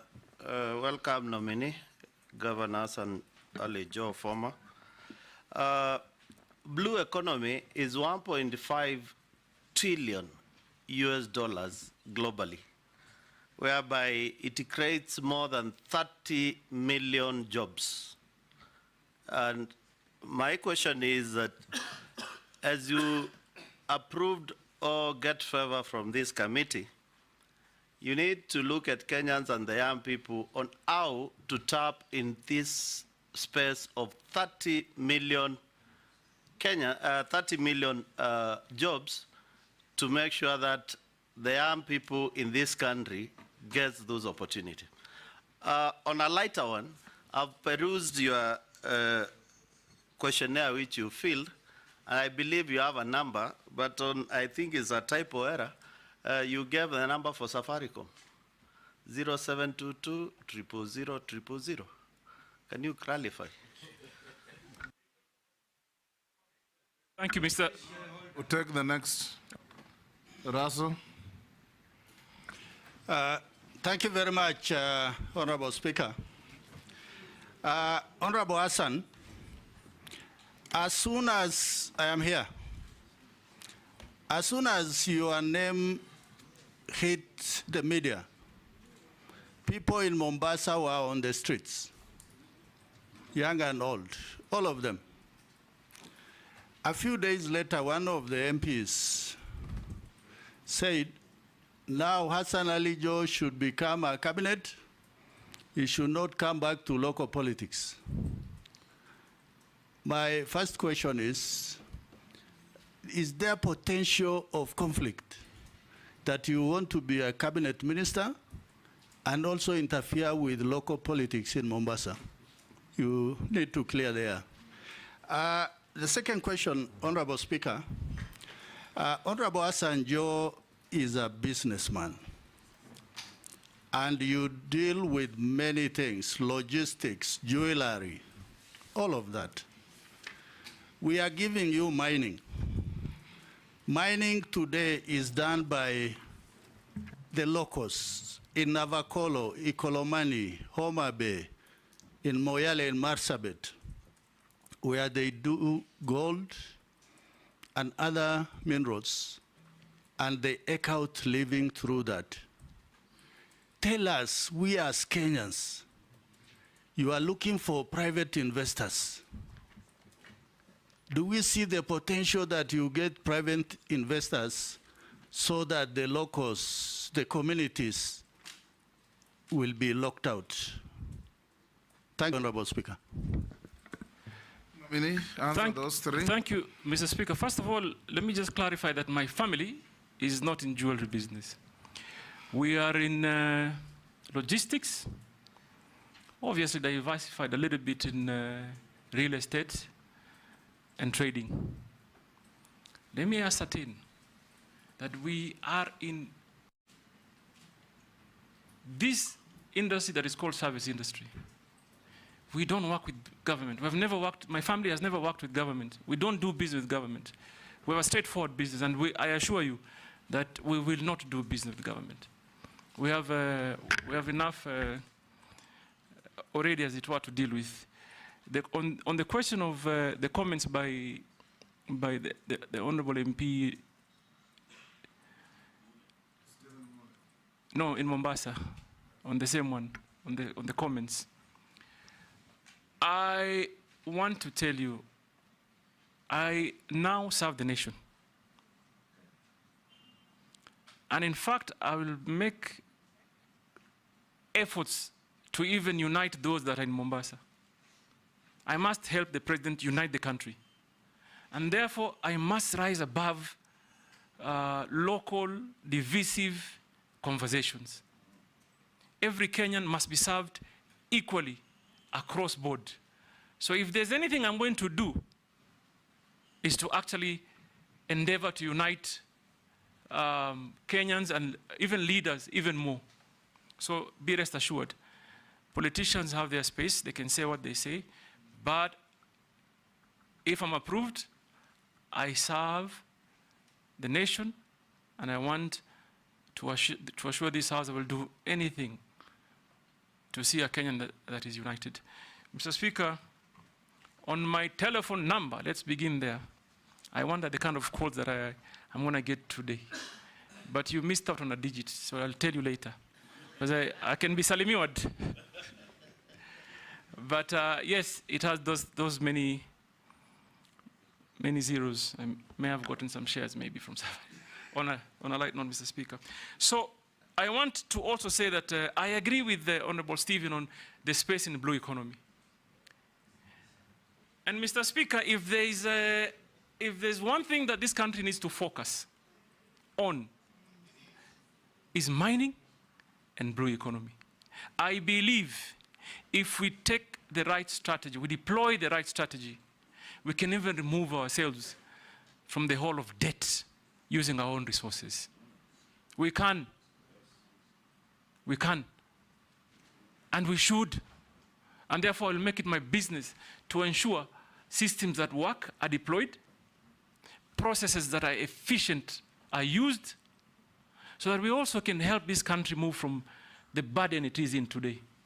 And I believe strongly that this ministry is a ministry of wealth creation and employment opportunity. And that will be my focus if you approve me. Mr. Speaker, someone touched, Honorable Roberts, you touched on Mombasa Stadium and the GDP contribution. By the way, from what I read, when I was doing my research, I saw that Kenya was reporting 1% contribution to the GDP. But that included Base Titanium, which was actually the largest mining company in Kenya, which closed shop and left. So even if you remove now what Base Titanium used to contribute, we could be even lower to maybe 0.5%.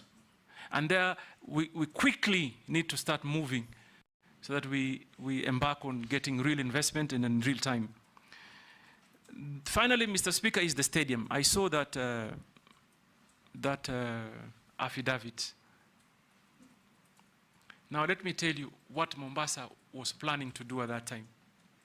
The idea of building a stadium was conceptualized around 2019 towards the end. We wanted to build a world-class stadium. Designed, put it up for tender. The tender was won by a Turkish company in partnership with a local company. So the stadium that we had wanted to build in Mombasa was a modern stadium that is built mostly by steel. And that is why physically you may not see the work done when you go to the ground. But I want to assure this House, and this has been a matter of investigation. It has been investigated by the Public Works. Even that Auditor General report, when it went to the Senate, it was cleared. It was not investigated by the Ministry of Sports, that all the earthworks have been completed.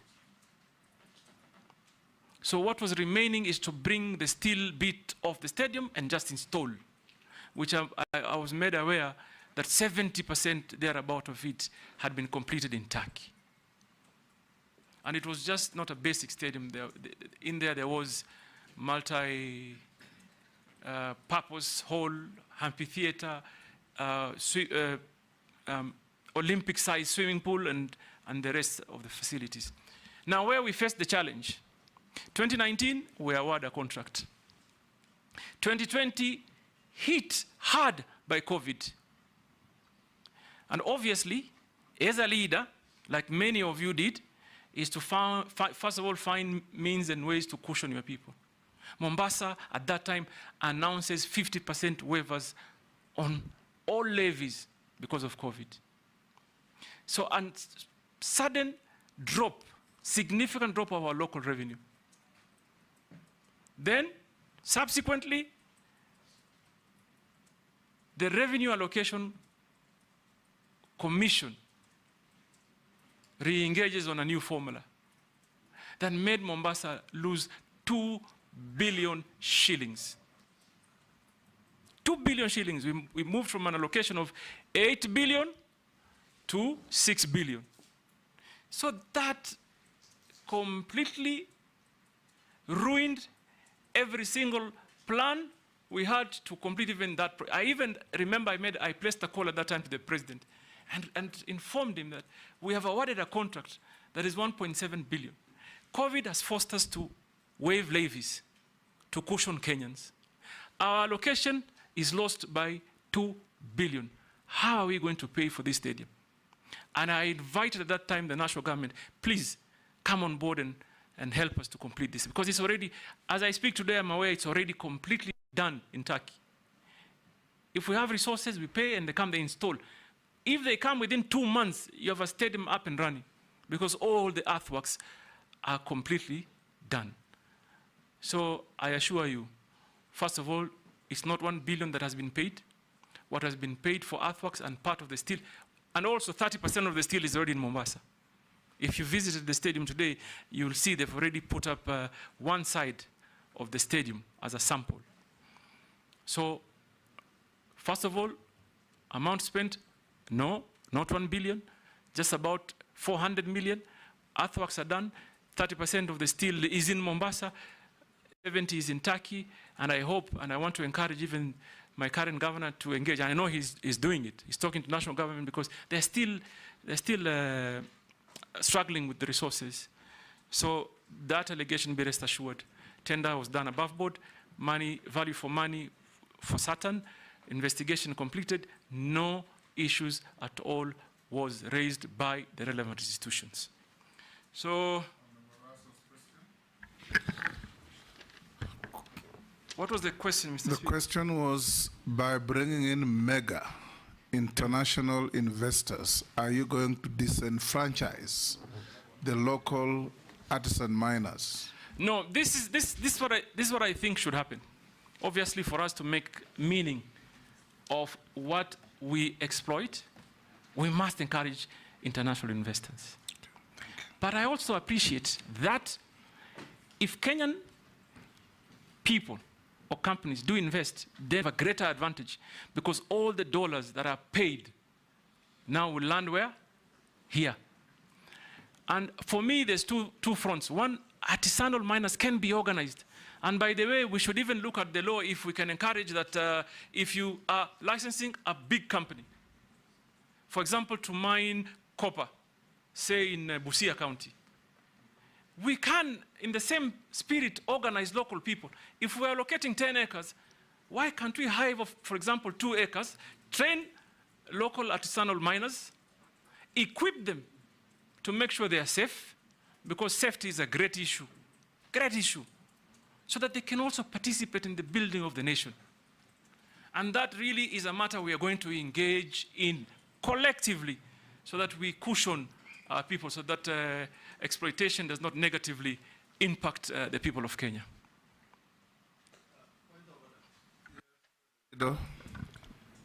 Thank you, Honorable Speaker.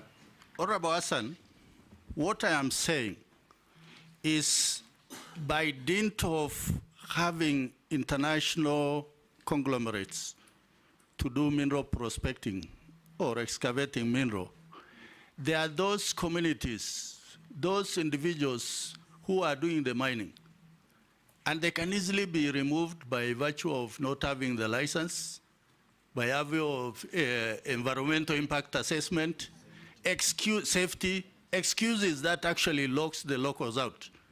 The reassurance I want is locals should not be locked out. Thank you, Honorable Speaker. Mr. Speaker, first of all, I believe in the principle that primarily first beneficiary should be at the center where the local is. And we will do everything possible to cushion that local. And I said it earlier, and I want to repeat it again.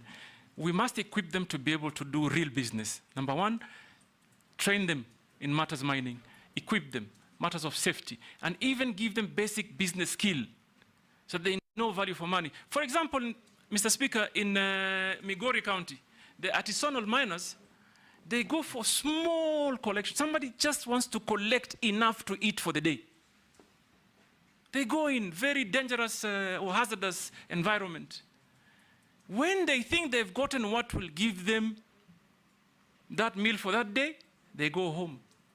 Don't you think there's a need for us as a country to engage them, to tell them if you do it in a much more organized way, you can actually change your life for a long period of time. So, Mr. Speaker, I want to assure the honorable member that... Point of order. I was hoping that you would say something like this, that you'd promote a legislation, like happens in many countries, that if a foreign investor is coming in, they must have a component of local shareholding, so that we don't only benefit, because when an investor comes in, we only benefit from their investment and employment and tax in Kenya, but they repatriate the entire amount of their profit. So we should be looking towards that, or else the country will be owned by foreigners. No, without a doubt, and I take your comments very, very seriously, that, this requires a very deeper conversation with all of us, and I'm happy to assure you that we'll take it on. Like other countries, like you've rightly said, other countries do. Even though we are a liberal economy, we'll find ways to ensure we cushion the Kenyan population. We have a law on local content, and if you apply and improve it,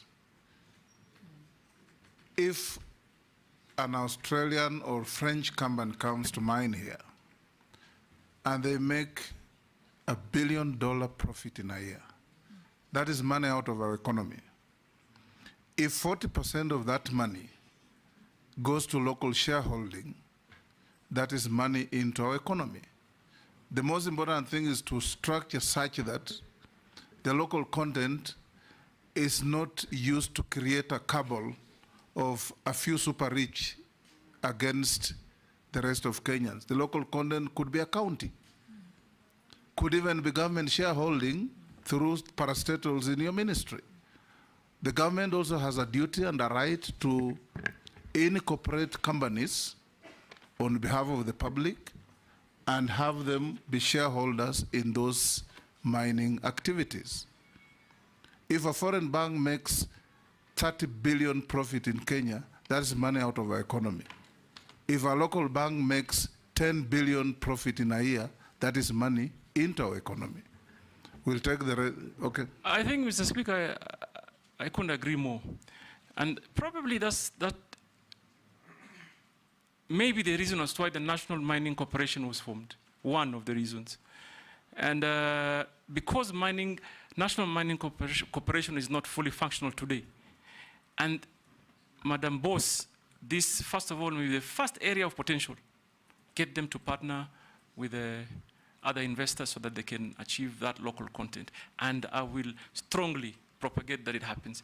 Thank you. In fact, before I call Shurie, at independence, nominee, the government had ICDC that was a shareholder for the government and the people of Kenya virtually in each and every international investment that came in, be it Coca-Cola, whichever you name it, and they were holding this on behalf of the people of Kenya and generating wealth for the people of Kenya.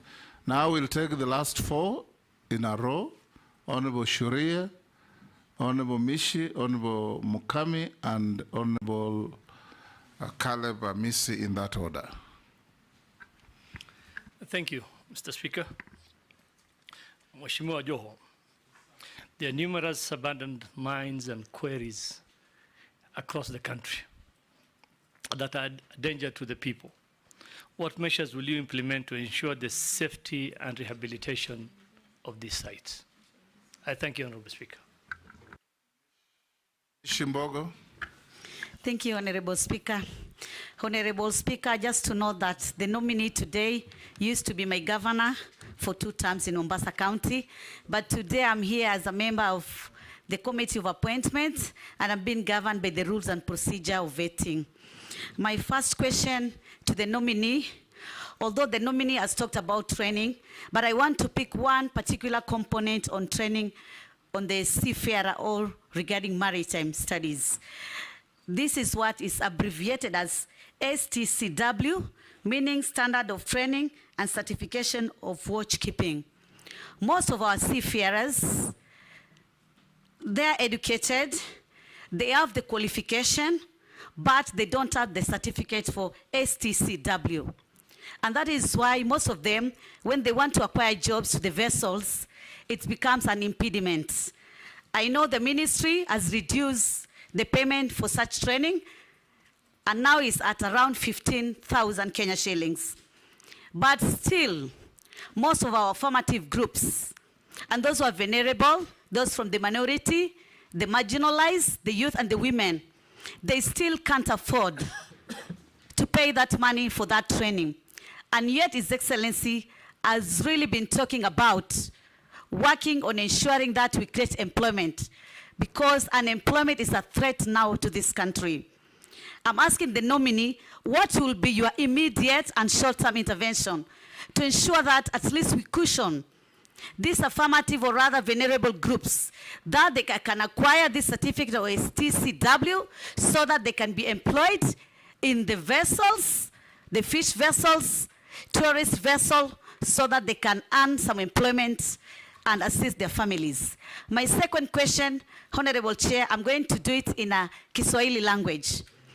Mheshimiwa nominee wetu wa leo, mara nyingi au mara kadhaa katika taifa letu la Kenya ama serikali yetu ya Kenya kumekuwa na miradi ambayo inahusu kuchimbwa zaidi kwa bahari. Ile Kiingereza tunaita dredging. Kwa mfano kama mradi wa Lapset, kulifanyika mambo ya dredging, hivyo basi kuathiri wavuvi wetu katika sehemu ile. Katika sehemu ya Dongo Kundu Special Economic Zone, ambapo kutajengwa port itakayoitwa Dongo Kundu Port. Pia kuna mambo ya dredging ambayo yamefanyika ama uchimbwaji zaidi wa bahari. Katika harakati hizi tunapata wavuvi wetu wanaathirika, haswa kwanza ikiwa uvuvi ndio kitega uchumi chao cha kuhakimu katika maisha yao. Na ile fidia ambayo wanapewa huwa ni fidia duni, na wengi pia hiyo fidia pia hawaipati. Na hata sasa kuna kesi ambazo zinaendelea za wavuvi kulilia serikali juu ya fidia kama hizi. Je, iwapo utabahatika kuweza kukubalika kufanya kazi katika wizara hii, utaweza kuweka mikakati gani ama utaweka mbinu gani muafaka kuhakikisha kama taifa tutaangalia wavuvi hawa wetu ambao wengi wao wanatoka katika familia ambazo ni maskini ama katika maeneo ambayo ni maskini. Mwisho kabisa ni sheria za kuwasaidia hawa wavuvi katika wakati wanavua. Ni katika swala hilo mheshimiwa. Unajua mimi natoka sehemu ambazo kuna bahari. So nakuomba msamaha mheshimiwa, nimalize hili la mwisho. Endelea. Wakati mwingi wavuvi wetu wanapovua wanashikwa. Kwa mfano kama wale wa sehemu ya Kwale, sehemu za Lungalunga na Shimoni, wanaambiwa ya kwamba mumepita bahari zaidi, mumefika Tanzania. Wale wa Migingo wanaambiwa sasa nyinyi mumepita Uganda, yani kunakuwa na zile sintofahamu, na sijui kama kuna mikakati ya kuwa kuna masomo ambayo wanaweza kufunzwa kuelewa hii mipaka, ama kwa Kiingereza territorial boundaries ziko vipi, ndio ya kwamba wasiwe kila mara. Manake mimi kama mjumbe mara kwa mara napigiwa simu, mheshimiwa, tumeshikwa, tulikuwa tunavua, tulikuwa sehemu za gasi, sasa tumeambiwa tumeingia Tanzania, tumeshikwa, tuko huku Tanzania. Swala hili naomba mheshimiwa nominee aweze kutueleza njia ambayo ataweza kusaidia wavuvi wetu katika swala hili zima. Asante sana mheshimiwa mwenyekiti. Mheshimiwa Mishi, kwa Kiswahili sanifu, huyu ni waziri mteule, sio waziri nominee. Mukami?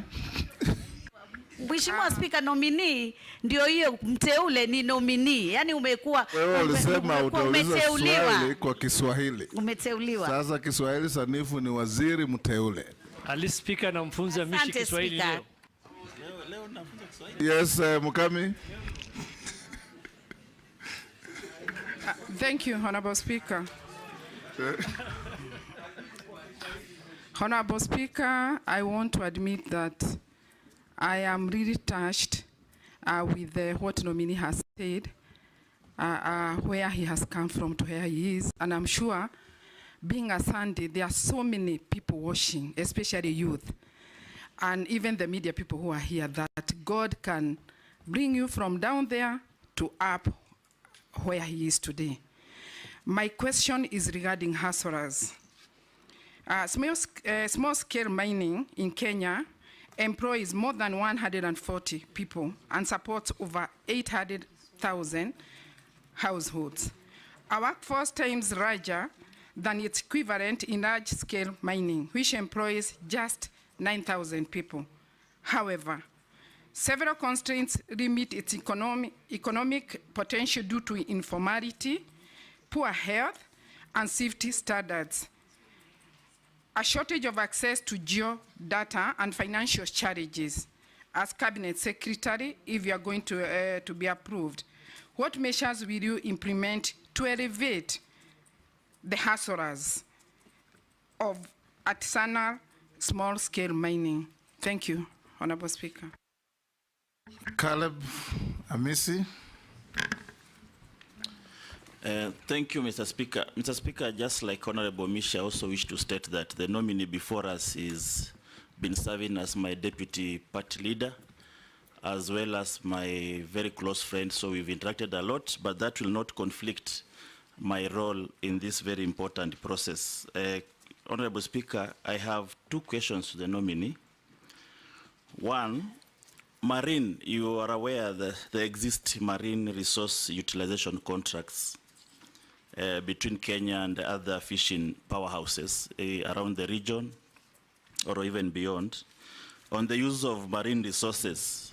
But there have been questions on, number one, the provision of sustainability of these fishing practices, their benefits to Kenya, their long-term management, how public can access those contracts, even the approvals, and potentially, if there exists, the rescinding to the contracts.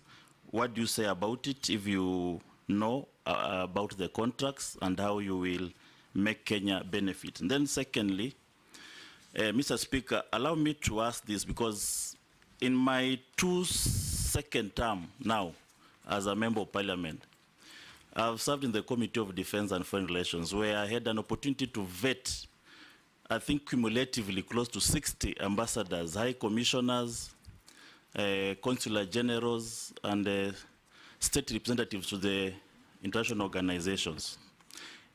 And the principal secretaries, more than 10. Now, in this committee, I've also had an opportunity to now vet close to almost 30 cabinet secretaries. Cumulatively, this is almost 100 senior Kenyans are vetted. They have all promised, very competent, very enthusiastic about their country, charismatic in their own nature, very knowledgeable, highly educated, varied history. Some, they share your history, by the way, some of us have even worse histories, and some have good histories. They have promised all. But for the last 7 years, there is nothing. Nothing. The heaven that you promised, I have not even dreamt it. What is this that you possess? What is this 8 wonders of the world that you possess that is going to give me a sigh of relief?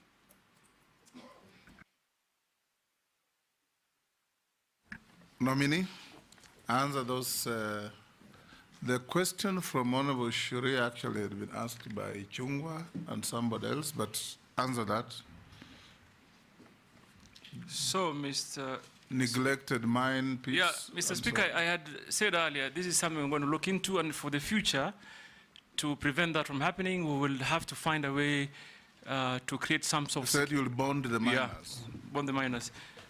But that doesn't mean we'll ignore the existing problem. We'll have to just find a solution. We will consult among ourselves and even other government entities. So, Mr. Speaker, Mishi talked about accreditation issue for our seafarers. I really don't think that should be an issue.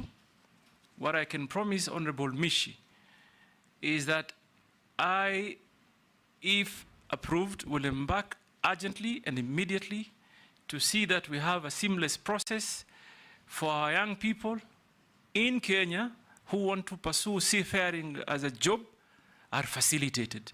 Government's job is to facilitate, and that we will do. I don't even think that is a policy issue. It's a matter that needs urgent action. And I know between Maritime Authority and Bandari Academy, we should be able to sort that out. So I give you my undertaking that, that we will sort it out. There's really no, there cannot be a justification. If someone meets the threshold, they should be certified. And that's something we'll do quickly. Mr. Mheshimiwa Speaker, Mishi ameuliza swali na Kiswahili. Kwanza nataka kujua, sijui kwa nini alikuwa apologetic about it. Kiswahili ni lugha ya taifa. Sasa kulijibu ndio kizungumkuti. Unaweza kujibu kwa Kiswahili? Tutapambana. Mimi ni Mswahili.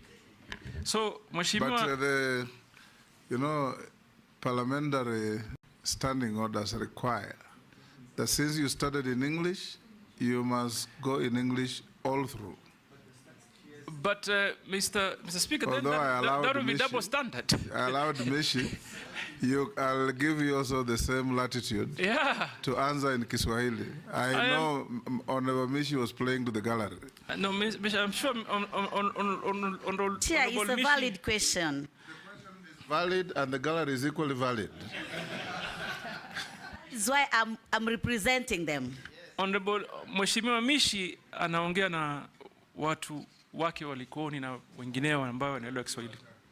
So, Mheshimiwa Speaker, kwanza uchimbaji wa bahari ni lazima ufanywe kwa njia ya kueleweka na kufahamika. Lazima iwe na utafiti na mipango ya kutosha, kwamba ukichimba kwa ujenzi wa bandari lazima upime mambo ya mazingira kwa kufahamika. Huwezi kuwa utachukua tu kwa sababu unataka kuongeza uwezo wa bandari ama mabehewa makubwa kuingia, uchimbe na uumize mazingira. Hii ni mambo ambayo haiwezekani. So mimi kama... Mazingira huharibiwa, haiumizwi. But endelea. Waswahili waelewa hiyo, Mheshimiwa. So hata mimi nimepigwa na butwa vile Kiswahili chake kiko kitamu.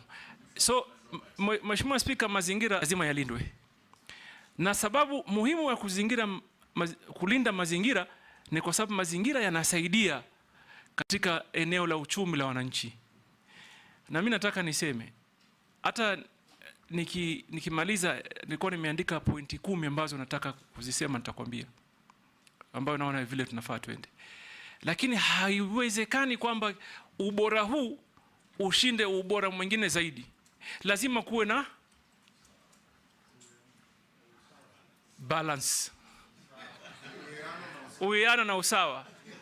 Yaani tunasema, Mheshimiwa Speaker, katika hali yanayofanyika lazima kuwe na uwiano na usawa, hasusan katika mapato. Na hakuna mimi nafahamu vile pale Mheshimiwa Misha natoka, wavuvi walikoni wakati Dongo Kundu ilikuwa inachimbwa, hata ile terminal mpya ya bandari sahihi, wavuvi wengi walipoteza mapato ya kiuchumi, kwa sababu mchanga ule uliotolewa pale ulitupwa mahali ambao wavuvi wanavua.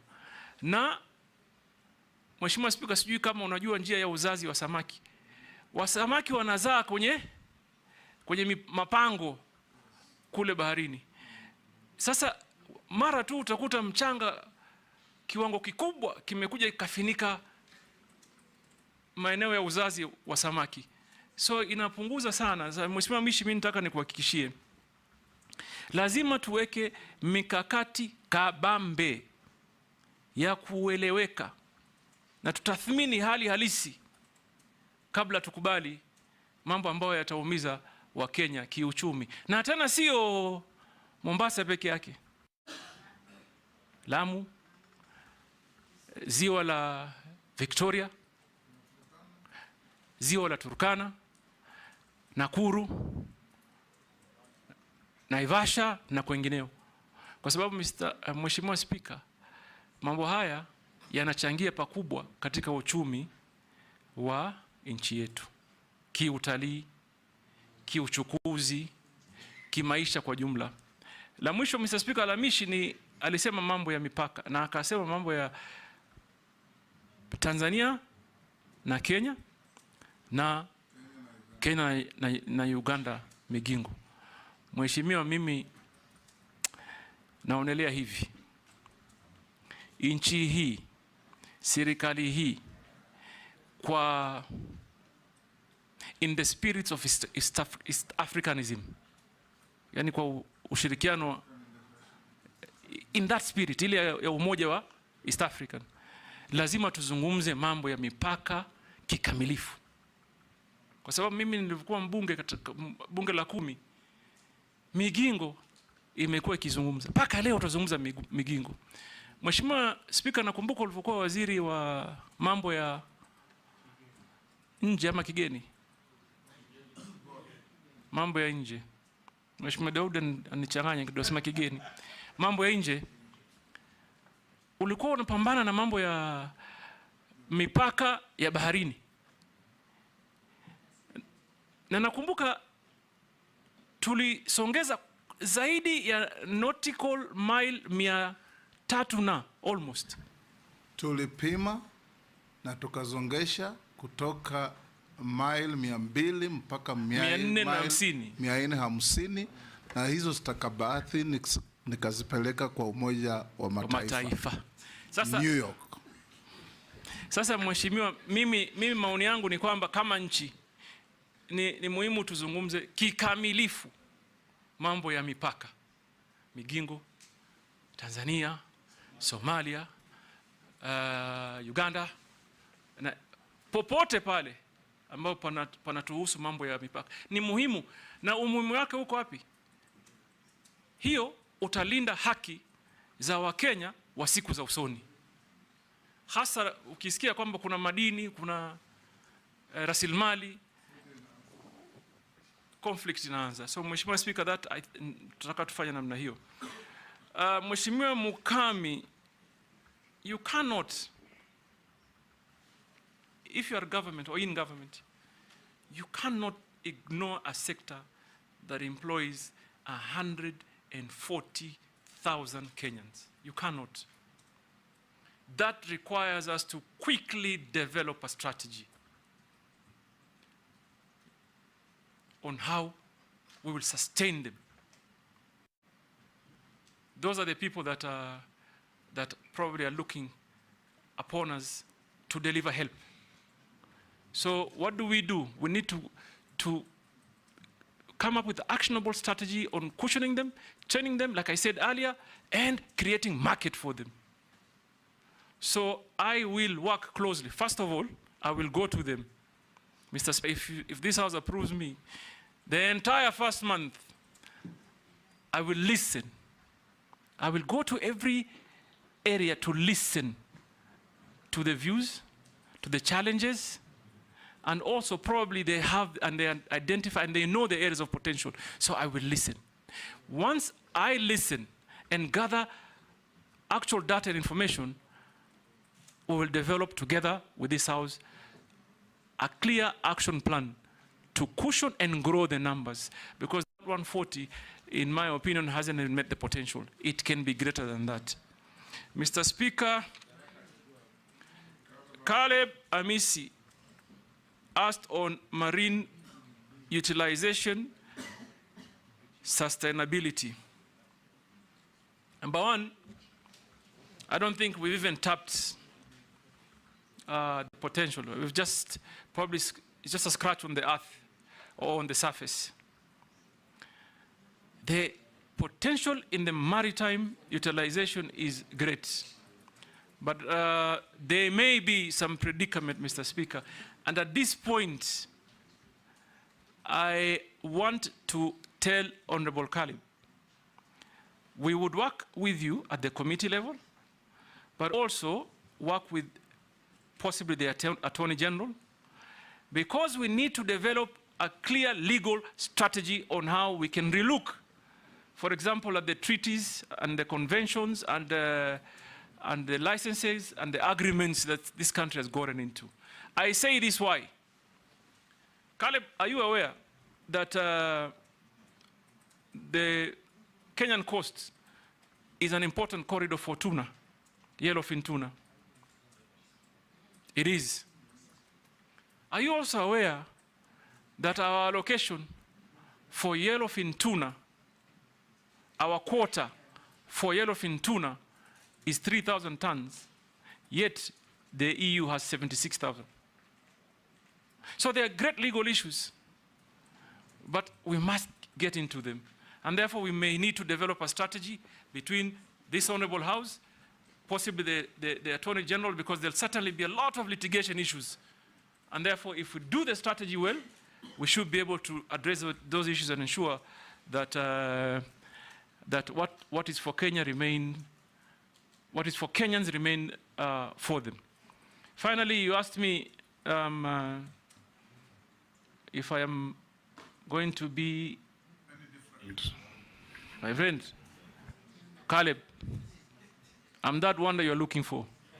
Let me assure you, I'm an action man. Me, I don't like sitting on the desk 24 hours. I must be on the ground. I must understand what people are saying. I must engage them. So for me, I have a plan. This country needs to push mining to contribute more into the economy. This country needs to create employment to the young people. This country needs to involve the young people in decision making and ensure they participate in every process and they feel that this government is theirs. So that cannot be achieved sitting in some office somewhere. We have to be on the ground. So I assure you, I will hit the ground running. Yes, Mary. Go ahead, go ahead. Thank you, Chairman. Nominee, yesterday I raised a concern to the outgoing Minister for Mining, and I think it's important that I seek clarification from you, if approved, because you're going to be the person on the seat. There is mining happening at the border of Kenya and Uganda at a place called Amoni in Alupe. The mining is right at the border, and yesterday the CS confirmed that some matter they took up, they visited, and they confirmed, and that they have stopped. They're engaging with the neighboring country. What are you going to do about it? And I'm very happy I've heard you saying you will give priority to issues, you will start working, you will not be in the office. And one Kenyan has asked the same question and also has asked about Migingo, but you've already addressed the Migingo. Just tell me about the Amoni. Thank you. Mr. Speaker. Chairman, a rejoinder on the same, just that, a rejoinder. Mr. Nominee, there's a whole issue in this country about speculation. You know, people assuming this county has this county has that, this region has that. I would like to know whether you'd ensure there is a transparent Kenya mineral audit that will allow Kenyans to know what minerals are where and who has mining rights. Because this, especially where I come from the north, the cattle rustling has changed. It's not about cows. It's about land. And there are Kenyans who feel that West Pokot has a certain mineral, Samburu North, Baragoi has a certain mineral, and that is why there is perpetual conflict in those regions, and there are people arming Kenyans in those regions so that there is no peace, so that later in future people will move from that land, and then people are going to come and get the minerals out. It's just like oil. In countries where there's oil, there's conflict, perpetual conflict. And so that's, you know, not having a clarity on where we have minerals in this country breeds that speculation and brings conflict. Asante. Jeanette, I saw you gesturing like you wanted to have... I wanted to ask him something, Mr. Speaker. Mr. Speaker, I want to ask the nominee, you see why we are here today, Mr. Speaker, vetting the second batch of ministers in the midway of a term of an election. Mr. Speaker, is because of things that Kenyans have complained about. And some of the things Kenyans have complained about is about opulency, arrogancy, and show off. The nominee is somebody known to me very well, Mr. Speaker. I must share with the committee that. And he's somebody whose God has blessed him as a family and as a person. He's a man who loves fine things of the world. Now you are becoming a CS. What are you going to do? God's blessings are not limited to people who love fine things of the world. Yes, but for him, that's how he has enjoyed it. Yes. That's what he has enjoyed. So now you are going to become a public servant at very high level. How are you going to define that line of your private life and your public life? Because Kenyans don't want any opulence at the level of the job that you are being interviewed for here. Thank you, Mr. May I? Kenyans are not against opulence, they are against show-offs. Show-offs, yes. Yes, show-offs. Yes. Yes, George? Thank you, Mr. Speaker. Mining research is not quite prominent in the country, but I'm now informed that some universities have actually started offering courses in mining, and they're doing lots and lots of research. My own university, Tharaka, is doing it.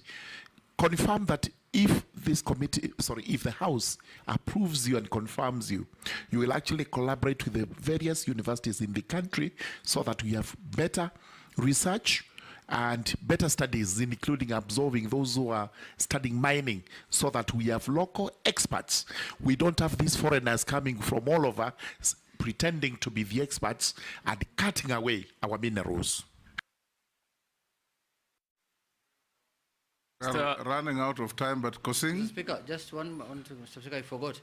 Also about fishermen who are being arrested in Lake Victoria, going to Uganda, by Ugandan government. What are you going to do about it? They are suffering. Last time, he has answered. He answered that. Posing? I can bring mine later. Pardon? He will not come back? No, not. Pardon? It's not for him. Okay, it's not for him? Yes. Okay, fine. Honorable Speaker. Nominee, can I beseech members we stop here? Yes. We have 4 others waiting. If it's burning, Rahab, I'll give you. If you're asking about your question, it was answered when you are out.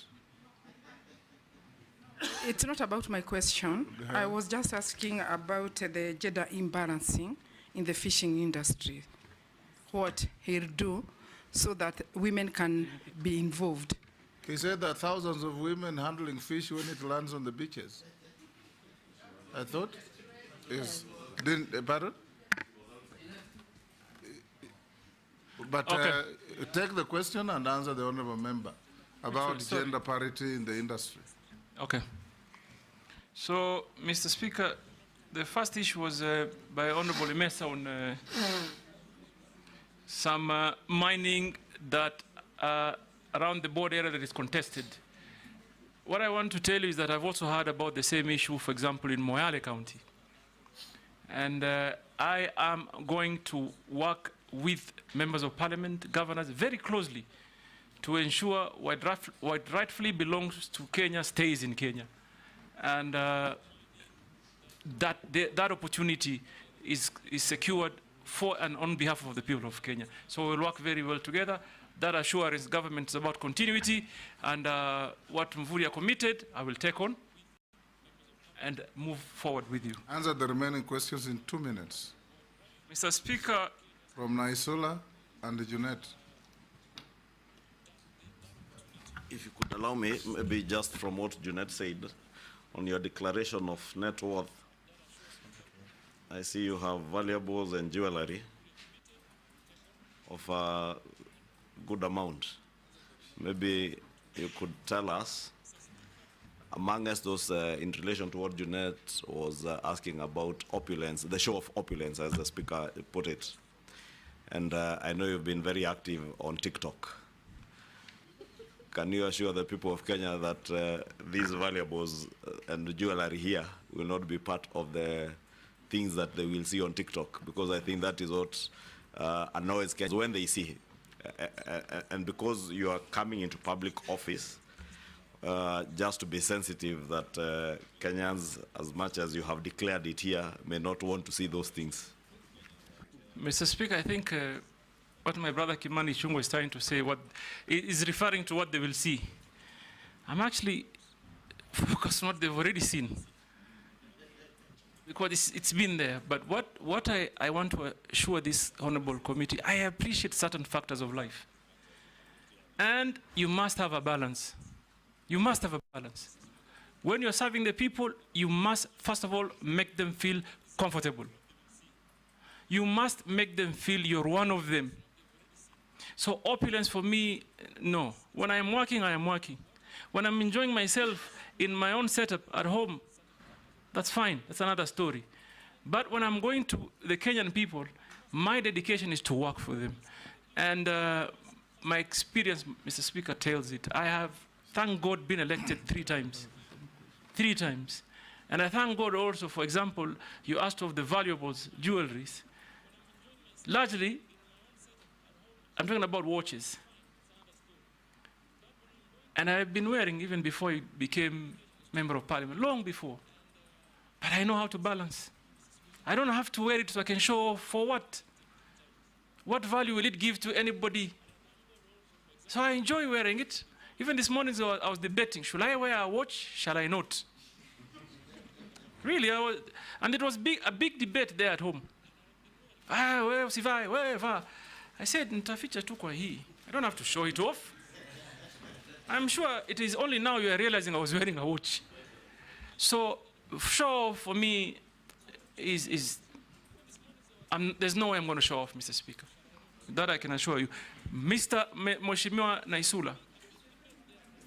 Sorry, Mr. Speaker, on the question of Mheshimiwa Naisula, on matters speculation, that must be addressed, and urgently, because it denies Kenya an opportunity. You largely touched on it. Yes, but I want to talk about one important thing, and I see a great opportunity. I think Mheshimiwa Waigara, you asked on Murigara. Sorry. Murugara. Murigara. George, Sir George, on your question on training for mining, how do we achieve, for example, how do we attain 10% contribution GDP? We must do what other countries did, train our people. There's also an opportunity. If you went to some countries, you will see a mining bank, a bank that focuses only on mining. Yes. So for us to achieve all that, real work must be done. And I want to assure you, it begins with capacity building. We must train the people. So, Mr. Speaker, on Junet, it's again opulence and show off banner. I don't need to show off. What you have, you have. What you don't, you don't. and you should be cautious of others. You should be cautious of others. We should end there. Showing off actually is a sign of inferiority complex. But I wanted to end with the one comment on Junior. I heard him yesterday say something. I heard him say that being rich is not a crime. And also I heard him say, I don't know whether Kimani Ichung'wah shared his audited account. I heard him say Kimani Ichung'wah is worth 5 billion shillings. So, brother... Kimani contested that he had understated that's what I heard yesterday. Yes. I mean, I saw it on TV somewhere. So I end here, Mr. Speaker. So I had a formal, like a point plan, Mr. Speaker. But Speaker, you must tell the nominee, just like him, I don't show off. In fact, nobody can tell that you are worth anything.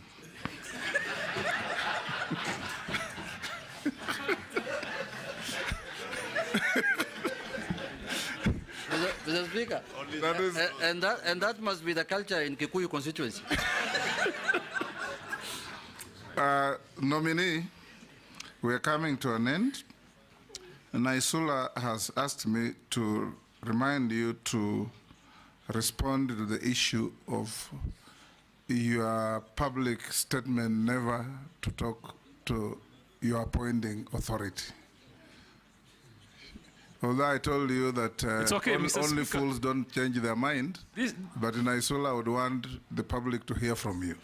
Sasa, Naisula, do you want to repeat the statement for me? Hatuwezi ongea? How? Let me say this. I understand. No, but let me say this for clarity, Chairman. You know, apart from asking questions during vetting for competence, what you understand about mining and all, we also vet the temperament of a nominee, the same way you've been asked about lifestyle. It's neither here or there, really. But even temperament of a nominee is very important because it shows your leadership skills. Initially you thought this, and now you're here. There's really nothing wrong with answering how you're going to relate with His Excellency the President when you're working. Excellent. So, Mr. Speaker, if I may quote, the statement went like, mimi nionge na Ruto nini? Mimi niende wapi na Ruto? Mr. Speaker, hakuna mtu ameeleza vizuri kukuliko. Mpumbavu peke yake ndo abadilishe mawazo. Mtu mpumbavu. Pili, hii ni clarion call to serve the country. I have been a great critic of this government, like others I did before. Now I've been given an opportunity. An opportunity has been availed to me to come and create that difference that I've been talking about all this time. And that is exactly what I'm going to do. Bring new energy, new ideology, new thinking, because after all of us are serving one nation, one people. Well put. That will do. Other members, now nominee, we are coming to an end. Most of the people, members of the public sending in questions, all oscillate around what will you do to create safety in the mines? What will you do to protect the population from disused mines? What will you do to protect our fishermen from harassment by neighbors? What will you do to make it safe for our fishermen to handle their produce or their products when they come back? And what will you do to make mining part of the central core of Kenya's economy? These are all things we have talked about, but the public would want to hear that we brought to you what they wanted. There is one man from Kwale who says, uliza waziri mteule, ngoja kidogo, ataweka mikakati gani kuhakikisha kituo cha mafunzo cha uchumi zamawati kilichoko wadi ya Ngomeni, kaunti ya Kwale, kinakamilika kwa muda unaofaa. I think the next, I'll still ask you say one or two things. we want you to assure Kenyans, nominee, that if you find favor and you are appointed the minister, within what period will you be able to make Kenyans feel the benefits and the contribution of mining to our economy? We are a major agricultural country. So is a country like the US. But in the US, agriculture contributes only 1% to their GDP. In Kenya, it is the complete opposite. And they do that because they are in manufacturing, in mining, value addition, and all those good economic activities. Secondly,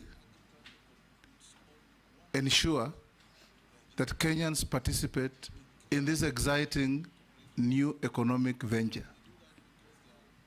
Assure Kenyans that you are not going to be, if approved, to be working for international conglomerates to come to Kenya, appear to be generating economic activities but taking away all our wealth.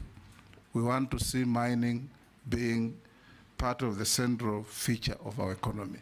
Thirdly and lastly, for the seafarers and those who are now going to work on international ships, you may consider, because most of those seafarers will work in ships of major shipping and maritime countries: Korea, China, Spain, and others.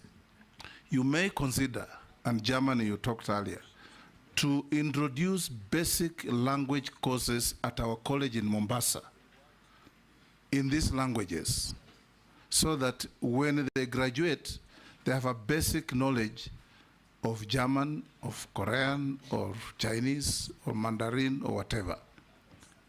Thirdly and lastly, you may also consider sometimes if a seafarer goes to a Spanish shipping line and produces a certificate that's a collaboration between our college and some college in Spain, it gives confidence to those who are employing. So you may consider partnering our institution with as many other institutions worldwide as possible to ease the process of our youths getting certificates and being considered for employment. Finish those, then I come to... Can I say one from a Kenyan speaker? Oh, there is, okay, one yes. from Kenyan. Yes. From West Pokot. West Pokot. Yes, he's saying, don't forget to tell Joho, this is a guy of late 30s, he's working and he's in school. He just finished Form 4 the other day and got a D+. So he's saying, don't forget to tell Joho your motivation to many of us, like me in West Pokot, to pursue my education studies. Yes, before you answer, there is also somebody who said, I am really shocked that Governor Joho has 2 degrees. Kenyans know he has never been to school. This is some lady from somewhere. Now go on and answer. Mr. Speaker, the only thing she didn't write is that I'm an alumni of Harvard University. And I'm grateful that we could inspire someone. And this is a message I want to tell the young people of this country. Please never lose hope. Never give up. There is always a way out. It requires determination, focus, commitment. Answer those now. And a little bit of support. I'm just saying that because I felt encouraged that someone may take a path of changing his life. Mr. Speaker, I began by saying we need to relook at the architecture of our training programs. Do they conform to the needs? How do we tap in? How is it that we, first of all, are only tapping into just under 0.2% of the demand? So we would probably redesign the entire training program. And then, Mr. Speaker, I couldn't agree more. The urgent need of collaboration between teaching institutions. We will begin by pursuing partnership between the local universities and the government institutions, and also will encourage that we have an international conversation of getting more affiliate universities to join in. Mr. Speaker, the young brother from Kwale said that there's an institution that is to be completed at Wa Ward in Kwale. I have been to Wa in Ngomeni I know Ngomeni well. I've been there, and I want to assure him that I will go.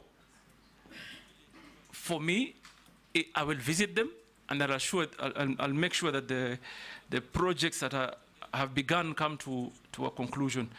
And then, Mr. Speaker, we talked about what else? Kenyans participating in mining. Mr. Speaker, let me just say this. In Mombasa, when there was a debate on concessions, for example, I heard Kenyans saying one thing. If government wants to raise money, tell us. We can come together, 5 of us, 10 of us, and create good equity, good capital, in billions. There is that capacity. We know people that are having billions of shillings in banks. What may be the problem? Maybe they don't have the information of what the country holds. Maybe they've never understood the potential. So it will be my responsibility to pass knowledge to Kenyan people of what we have and where the opportunities may be. Some mining operations is not very expensive, Mr. Speaker. It's not excavator, 1 or 2, 3, 4 trucks. Kenyans can do that, and I will encourage them. But I think the disconnect here is they do not know. It is all speculative. Everybody is just speculating. We have lithium here, we have copper there, we have gold here, we have coal here. So we will ensure that we pass on the information so that Kenyan people can participate. Finally, Mr. Speaker, you talked about our economy being driven by agriculture. Let me assure you, if approved, the journey we will embark on immediately is to turn that around so that agriculture grows, mining either catches up or surpasses even agriculture. It is there in other countries. So you can't depend on one sector we have depended really on agriculture for far too long. It's time we diversify. I thank you. Mr. Speaker, I was going to answer something in a... We'll get there. Of the many nominee memoranda we received, you answered all of them adequately except these 2. A nominee, a Kenyan by the name Vincent Kipkurui-Sang. I mentioned the name because it is part of the documentation. The nominee's farm has been implicated in shillings 5.9 billion grain facility case at Mombasa Port. That one you didn't respond to. So if you have a response so that we complete the record. And the next one is there is an organization called Haki Yetu in Mombasa. I believe you probably know it. They say they went to court, obtained a court order for you to avail some documents to them, served you with the order, and you refused to give them the documents. And this was in relation to affordable housing. Okay. Those 2. Mr. Speaker, you answered everything correctly and satisfactorily. You can respond to those 2 to complete our record. Mr. Speaker, I know the organization really well, Haki Yetu. I haven't checked, but I suspect that letter is signed by someone called Maimuna. Is it? Huh? Correct. Correct, right? Mr. Speaker, there's a tendency that... Munira Ali Omar. Munira Omar, I know, and of course my great friend Father Dolan is doing quite some good work. But number 1, I've never seen or received any orders that compels me to give information. 2, I believe public information should not necessarily be accessed through court processes. Someone should be able to walk into government office and get information. Number 1, Article 35 of the Constitution. So I have not received any orders, but my current governor would, I'm sure, I'll place a call to him. He'll be happy to share the information. Grain bulk? Grain bulk, Mheshimiwa, sorry, Honorable Speaker. I said earlier. It's not grain bulk, it's grain facility. I'm sorry. Yeah, I understand. Yes. Mr. Speaker, my family, like I said earlier, is in the business of logistics. So what my family wants to do as a business or plans to do is to build on our land, on our own family land, a grain handling facility. For far too long, there's just been one. So there's been a monopoly of grain handling in Kenya. So we've been pursuing this venture of building another, as a family, nothing to do with government. Mheshimiwa, so that, Honorable Speaker, so that I come out clear, there's not a penny government is putting. There is nothing government is doing in that project. It's private equity project, sitting on private land. The only thing that that setup would do is get a license on way leave so that they can get access to remove the grain from the vessel onto the facility. So we did not lose, as a family, 5.9 billion contract. We are actually going to inject 5.9 billion investment into the economy. Before I give you to say what you want to say as you exit, have you ever been adversely mentioned in any integrity-related report? Not that I know of. Do you hold any leadership position in any political party? In your self-declaration, you say you are the deputy party leader of Orange Democratic Party. That I resigned. I remain only a member of the party. I don't hold any leadership position. What is your net worth? My net worth is, let me just be sure. Where is that document?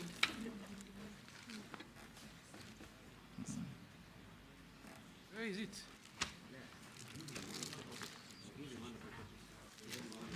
Is on pay. Your assistant should be assisting you on this. I'll just use this one. I found it. Okay. Mr. Speaker, my net worth is 2,361,332,249. Made out? Largely by developed and undeveloped properties, which include my homes in Mombasa, Vipingo, Nairobi, and Malindi. Shareholding in some property holdings. Shareholding in family businesses. Valuables, Honorable Kimani Ichung'wah referred to them as jewelry, but it's just basically watches, and cash at bank. Okay. We have checked your documents against what we have, and we have found them in order. And also you did respond to more than we received 74 memoranda on you. You responded to all of them except the 2 that you have now responded to. Now you can have 1 Mr. minute. Speaker, yes. Before he concludes on the net worth, to be good, and this is in his interest, because he has severally referred to family businesses. This net worth is Ali Hassan Joho, not the family. This is just my shares. Family is definitely much more. I wish it was my own wealth. For a moment, Mr. Speaker, I wish it was my wealth, but that is now my share. Yes, so go ahead and say what you wanted to say so that we go to the next nominee. Mr. Speaker, while I was preparing myself, I came with an idea of developing a 10-point plan that I think would be useful to enhance how we can quickly grow this industry, because it is a powerful industry in our economy that is untapped, and employment. So I came, number 1, the complete digitization of the ministry processes. Number 2, stakeholders' involvement and public participation. Number 3, blue economy regulatory framework. Number 4, an urgent review of the Mining Act to conform into the demands of the moment and secure Kenyans. Number 5, enhanced community development agreements. Number 6, international maritime organizations representation, capacity building for deep sea fishing. Number 8, improved licensing processes. Number 9, sustainability standards and certification. And finally, encouraging public-private participation. I thank you. Those are your KPIs, key performance indicators. And I thought I should share them. We have come to an end in you, and you are now released unless you are lawfully held here. Take your documents with you. Sergeant, can you escort the nominee out of the chamber? Have a good day.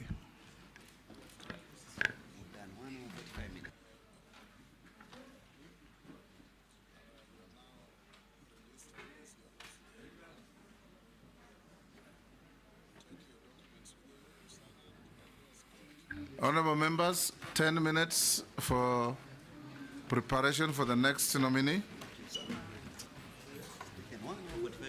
Yes, yes, absolutely.